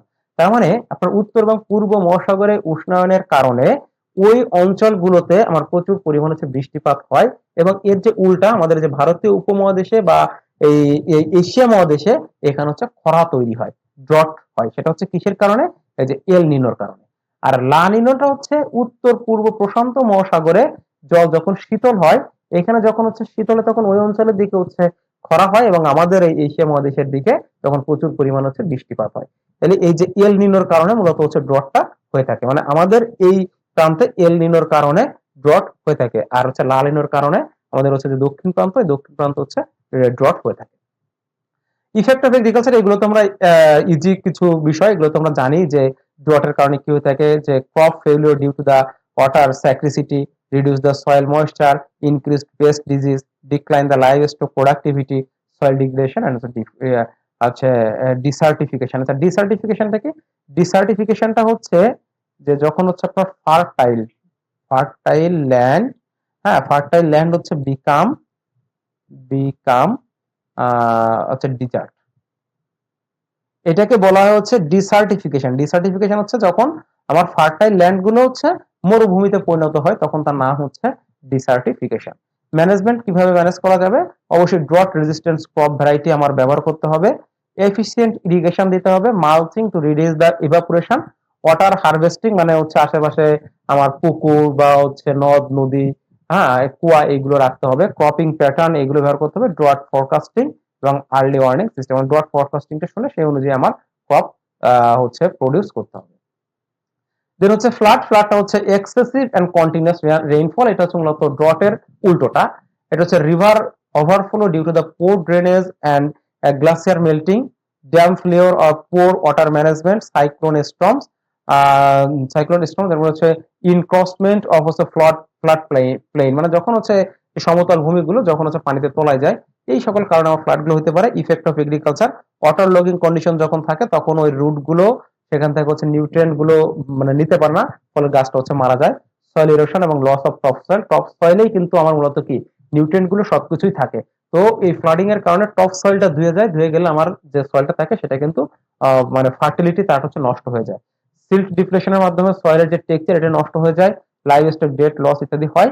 এর ম্যানেজমেন্ট গুলো হচ্ছে আর্লি ওয়ার্নিং সিস্টেম, মানে আমার জানতে হবে যে ফ্লাড হতে পারে কিনা সেইগুলো খোঁজ খবর রাখতে হবে, ড্রেনেজ চ্যানেল ভালো রাখতে হবে, এমব্যাঙ্কমেন্ট লিভস বা ড্যামস, ফ্লাড কন্ট্রোল, তার মানে আমার হচ্ছে ফ্লাড কন্ট্রোলের যে ব্যবস্থা এটা হচ্ছে থাকতে হবে, এবং crop insurance to reduce the farmer loss. এগুলো আসলে জাস্ট আমাদের দেশে তো আর ক্রপ ইন্স্যুরেন্স মানুষেরই ইন্স্যুরেন্স ঠিক মতো হয় না, সেখানে ক্রপের ইন্স্যুরেন্স কি হবে? এটা হচ্ছে মূলত বাইরের দেশে ক্রপ ইন্স্যুরেন্স হচ্ছে করা হয়ে থাকে, কারণ আমাদের দেশে যেমন একটা বীজ ফেলাই দিলেই গাছ হয়, বাইরে কিন্তু গাছগুলো এত ইজিলি হয় না, এই জন্য ওদের এই গাছগুলোর ক্রপ ইন্স্যুরেন্স করা হয়ে থাকে। দেন হচ্ছে স্যালাইনিটি। স্যালাইনিটিটা হচ্ছে আমাদের, এটা হচ্ছে সব থেকে বেশি ক্ষতি করে এই যে বাংলাদেশের যে দক্ষিণ অঞ্চলটা মূলত কিন্তু স্যালাইন ওয়াটার প্রচুর বেশি, যেমন এই যে খুলনা, বাগেরহাট, সাতক্ষীরা, এই অঞ্চলে কিন্তু স্যালাইনিটির কারণে আমার অনেক ধরনের ক্রপ কিন্তু এখানে হয়ে থাকে না, মানে হয় না আর কি। তো স্যালাইনিটিটা হচ্ছে কি, যখন when saline soil contains the soluble salt it is called the white alkali soil। যখন হচ্ছে soluble salt অল্প পরিমাণে থাকে তখন তাকে বলা হচ্ছে হোয়াইট অ্যালকালি। আর যখন হচ্ছে এই soluble salt হচ্ছে বেশি পরিমাণে থাকে, হাই অ্যামাউন্ট, তখন সেটাকে বলা হচ্ছে ব্ল্যাক অ্যালকালি সয়েল। তাহলে এবারের বৈশিষ্ট্যগুলো কি দেখি। হোয়াইট অ্যালকালি সয়েল হচ্ছে পিএইচটা দেখেন, হোয়াইট অ্যালকালি মানে কি, এখানে হালকা স্যালাইনিটি আর কি, হালকা স্যালাইনিটি, সেখানে পিএইচ থাকে 7 থেকে 8.5। ইলেকট্রিক কন্ডাক্টিমিটার সেখানে হচ্ছে 4 থেকে বেশি থাকবে, 4 থেকে বেশি থাকবে 25°C তাপমাত্রায় আর কি। এক্সচেঞ্জেবল সোডিয়াম থাকবে হচ্ছে 15% কম। আর যখন হচ্ছে এটাকে আমরা ব্ল্যাক অ্যালকালি সয়েল বলবো, যখন হাই অ্যামাউন্ট অফ সোডিয়াম থাকবে, সেখানে হচ্ছে পিএইচ এর মান অনেক বেশি, 8.5 থেকে 10, এবং ইলেকট্রিক কন্ডাক্টিমিটার সেখানে হচ্ছে 4, যে 4 আছে 4 থেকে থাকবে কি কম থাকবে, এবং এক্সচেঞ্জেবল যে সোডিয়াম আছে, এক্সচেঞ্জেবল সোডিয়ামটা আমার 15 হচ্ছে বেশি থাকবে। তাহলে এই যে বৈশিষ্ট্য, এটা কিন্তু খুবই গুরুত্বপূর্ণ যে হোয়াইট অ্যালকালি সয়েল আর ব্ল্যাক অ্যালকালি সয়েলের বৈশিষ্ট্যগুলো কি কি। এর কজ হচ্ছে এক্সেসিভ ইরিগেশন ইন অ্যারিড বা semi arid region, poor drainage, use of saline water, sea water intrusion in coastal area. মানে যদি আপনি সাগরের পানি ব্যবহার করেন তাহলে সেটা কি লবণাক্ত, এবং আপনার ফিল্ড হচ্ছে লবণাক্ত হয়ে যেতে পারে। ইফেক্ট অফ এগ্রিকালচার, এটা তো আমরা জানি যে স্যালাইনিটি সয়েল হইলে সেই মাটিতে এর যে মানে রেস্পিরেশন বা সেখানে হচ্ছে অর্গানিজম, মাইক্রো অর্গানিজম, এগুলো ঠিকঠাক থাকে না, না থাকার কারণে সয়েলের ফার্টিলিটিটাও অনেক বেশি নষ্ট হয়ে যায়। তাহলে দেখেন হাই সল্ট কনসেন্ট্রেশন এটা কি করে, একটা অসমোটিক স্ট্রেস তৈরি করে, যেটা plants can not absorb water. Nutrient imbalance হয়, poor seed germination, reduce crop yield, এবং হচ্ছে soil structure damage. Management of soil কি হবে, সেটা হচ্ছে সয়েল সল্ট টলারেন্ট যে ক্রপ ভ্যারাইটি, এগুলো ইউজ করতে হবে, ক্রপ রোটেশন করতে হবে, অর্গানিক ম্যাটার বেশি বেশি পরিমাণ সয়েলে দিলে এর স্যালাইনিটিটা কমে যায়, প্রপার ড্রেনেজ সিস্টেম থাকতে হবে, leaching salt with excess good quality water. তার মানে হচ্ছে কি এখানে মানে ভালো ওয়াটার দিতে হবে, দিলে আমার কি উপর যে সয়েলটা থাকবে সেটা হচ্ছে লিস হয়ে চলে যাবে। এরপর হচ্ছে জিপসাম অ্যাপ্লিকেশন করতে হবে to replace the sodium ion. Sodium আয়নের পরিবর্তে আমরা এখানে ব্যবহার করবো কি জিপসাম। হচ্ছে conjunctive use of canal and ground water, এগুলো ব্যবহার করতে হবে, কন্ট্রোল ইরিগেশন, সয়েল মনিটরিং। তাহলে জাস্ট আমি এগুলো কিন্তু একটু স্কিপ করে গেছি, কারণ যে ম্যানেজমেন্ট বা কজ এগুলো কিন্তু অ্যাজ ইউজুয়াল সহজ বিষয়, এখানে বোঝানোর কিছু না। আপনারা, আমি এখানে লিস্ট দিয়ে দিচ্ছি, আপনারা এটা হচ্ছে পড়ে নেবেন। এরপর আসছে এগ্রো ফরেস্ট্রি। যদিও এগ্রো ফরেস্ট্রি আমরা এই লেকচারে শুরু করছি, কিন্তু মূলত এগ্রো ফরেস্ট্রির আরো কিছু বিষয় আছে যেটা আমরা পরবর্তী লেকচার মানে লাস্ট যে ক্লাস সেখানে আমরা আলোচনা করব। তো এগ্রো ফরেস্ট্রি হচ্ছে এগ্রিকালচারের সাথে হচ্ছে আপনি ফরেস্ট, মানে আমরা যদি করি যে এগ্রি প্লাস হচ্ছে ফরেস্ট। এগ্রিকালচারের মধ্যে আমার কি আছে, ক্রপ আছে, এরপর লাইভ স্টক আছে, আর ফরেস্টের ভিতরে তো আমার বিভিন্ন ধরনের হচ্ছে ফরেস্ট আছে। তাহলে যখন আপনি ক্রপের সাথে ফরেস্ট নিয়ে আসবেন সেটা এগ্রো ফরেস্ট্রি বলবে, লাইভ স্টকের সাথে ফরেস্ট নিয়ে আসবেন সেটাকে কি বলবে, এগ্রো ফরেস্ট্রি বলবে। তাহলে আমরা একটু দেখি যে agroforestry is the practice of growing trees and shrubs together with crops. তো দেখেন আমরা ট্রিজ অথবা হচ্ছে কি শার্পস এগুলোকে লাগাতে হবে কিসের সাথে, ক্রপস অর হচ্ছে লাইভ স্টক। তাহলে ক্রপ বা লাইভ স্টকের সাথে আপনি যদি ট্রিজ বা শার্পস এগুলো যদি লাগান তাহলে সেটাকে বলা হবে হচ্ছে কি এগ্রো ফরেস্ট্রি। তাহলে এগ্রো ফরেস্ট্রি মানে ট্রিজ, ক্রপস এবং হচ্ছে লাইভ স্টককে একসাথে বলা হচ্ছে আমার agroforestry. Characteristics of agroforestry সেটা হচ্ছে multiple plant components of which must be a woody perennial. তাহলে আপনি যখন এগ্রো ফরেস্ট্রি করবেন তখন সেখানে আপনার অবশ্যই একটা উডি পেরেনিয়াল প্লান্ট থাকতে হবে, অবশ্যই থাকতে হবে। High level of interaction between the woody and non woody component. Cycle of an agroforestry system always more than 1 year. তাহলে এর সময় থাকবে কি more than 1 year. Integration of trees and agriculture, tree এবং হচ্ছে এগ্রিকালচারকে একসাথে হচ্ছে ইন্টিগ্রেট করতে হবে। ইনভলভস মাল্টিপল স্পেসিস, যেমন ট্রিজ, ক্রপস এবং হচ্ছে অ্যানিমালস একসাথে আপনি যদি প্রোডাকশন করতে পারেন সেটাকে হবে হচ্ছে agro forestry. Improve biodiversity, carbon এবং হচ্ছে মাইক্রো ক্লাইমেটটাকে সে ভালো রাখে। এখন দেখেন এগ্রো ফরেস্ট্রি, তার মানে আমার এখানে হচ্ছে এগ্রিকালচার আর ফরেস্ট্রি এই দুটোকে কম্বাইন করে আমরা যখন কোনো কিছু করব তখন সেটাকে বলা হচ্ছে কি এগ্রো ফরেস্ট্রি। এখানে যে কম্পোনেন্টস অফ এগ্রো ফরেস্ট্রি, তিনটা গুরুত্বপূর্ণ কম্পোনেন্টস আছে, সেটা হচ্ছে ট্রিজ, ক্রপস এবং হচ্ছে অ্যানিমালস। এখন এই তিনটা কম্পোনেন্টস এর মাধ্যমে কয়েকটা নাম দেখেন, এগ্রি সিলভিকালচার। মনে রাখবেন সিলভি কালচার মানে হচ্ছে আমাদের হচ্ছে বনভূমি, মানে বনভূমি বানানোটাকে বলা হচ্ছে কি সিলভি কালচার, মানে ট্রিটাই হচ্ছে ট্রি কালচারটাকে বলা হচ্ছে কি সিলভি কালচার। তাহলে এগ্রি মানে কি ক্রপ, আর সিলভিকালচার মানে কি ট্রি। ট্রি আর ক্রপ যখন আমি একসাথে করছি তখন তাকে বলছি কি এগ্রি সিলভিকালচার। তাহলে এগ্রি প্রথমে আছে মানে কি এখানে হচ্ছে ক্রপটাকে আপনি বেশি ডমিনেট করবেন, মানে ক্রপের উপরে হচ্ছে আপনার বেশি ফোকাস দিতে হবে, আর এর পাশাপাশি হচ্ছে ট্রিটাকে আপনি হচ্ছে লাগাবেন। তাহলে এটা হচ্ছে এগ্রি সিলভিকালচার। যখন হচ্ছে সিলভি এগ্রিকালচার তখন আপনার মেইন ফোকাস কিসের উপরে দিতে হবে, ট্রির উপরে, আর ট্রির পাশাপাশি হচ্ছে লাগাতে হবে কি ক্রপ। তারপরে হচ্ছে সিলভি প্যাস্টরাল। সিলভি প্যাস্টরাল হচ্ছে ট্রি, সেই সাথে হচ্ছে অ্যানিমাল। আর যখন হচ্ছে এগ্রি সিলভি প্যাস্টরাল তখন হচ্ছে ট্রিজ, ক্রপ আর অ্যানিমাল সব কিছুকে যখন একসাথে করবেন তখন তার নাম হবে এগ্রি সিলভি প্যাস্টরাল কালচার। ঠিক আছে, তাহলে এটা হচ্ছে আমাদের agro forestry. Advantage of agro forestry কি, সয়েল কনজারভেশন। যেহেতু হচ্ছে আমরা একই জমিতে একই জায়গার মধ্যে ট্রিজ এবং ক্রপস এবং লাইভ স্টক সবকিছু নিয়ে আসছি, তখন আবার কি হবে সয়েলটাকে কনজার্ভ করতে হবে। প্লান্ট লাগাইলেই সেই সয়েলটাকে কি করা যায় কনজার্ভ করা যায়, তার ফার্টিলিটিটাকে ধরে রাখা যায়, সয়েল ইরোশনটাকে দূর করা যায়, এটা সয়েল কনজার্ভ করা যায়। ইনক্রিজ দ্য প্রোডাক্টিভিটি, মানে সয়েলের যে প্রোডাক্টিভিটি এটা হচ্ছে বৃদ্ধি পায় যখন আপনি সেখানে মানে রোটেশন আকারে বিভিন্ন ধরনের ক্রপ আপনি সেখানে লাগাবেন, তখন সেখানকার প্রোডাক্টিভিটিটা বৃদ্ধি পায়।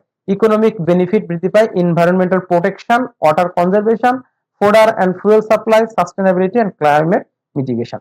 মানে মোট কথা হচ্ছে যদি আপনি গাছ যেভাবে লাগান না কেন, গাছ লাগাইলে সেটা আমার পরিবেশের জন্য সবসময় হচ্ছে উপকারী হয়ে থাকে। তাহলে এর অ্যাডভান্টেজ গুলো, যে মূল যে বোল্ড করে যে পয়েন্ট গুলো দিয়েছে, পয়েন্ট গুলো জাস্ট একটু দেখে রাখবেন। তাহলে আমাদের লেকচার এখানে শেষ হচ্ছে, 9 নম্বর লেকচার। তো এই ক্লাসটা হচ্ছে মূলত কিন্তু একটু মানে গতানুগতিক যে পড়া আমরা এর আগে পড়ে আসছি, যে পলিউশন বিভিন্ন ধরনের, এইগুলো জাস্ট এমনি আপনি একটু মুখস্থ করবেন। এখান থেকে আসলে এমসিকিউ অত বেশি আসবে বলে আমার কাছে মনে হয় না। তবে এর যে অ্যালিলোপ্যাথি যে ইফেক্টটা ছিল উইথ ক্রপ কম্পিটিশন, এটা কিন্তু খুবই গুরুত্বপূর্ণ। এবং পলিউশনের যে বিষয়গুলো আমি এখানে হাইলাইট করেছি, যে green house, ozone, COD, BOD, এগুলো কিন্তু সুপার ইম্পর্ট্যান্ট আছে। তো এই সুপার ইম্পর্ট্যান্ট টপিকস গুলো একটু সুন্দর করে আপনারা হচ্ছে পড়বেন। তাহলে দেখেন আমি আপনাদেরকে একটা কথা বলতে চাই, সেটা হচ্ছে যে 1 থেকে 9 পর্যন্ত বা 10 পর্যন্ত ক্লাস হওয়ার পরে যে স্লাইডটা থাকবে, এই স্লাইডটা আপনারা খুব সুন্দর করে মুখস্থ করে ফেলবেন।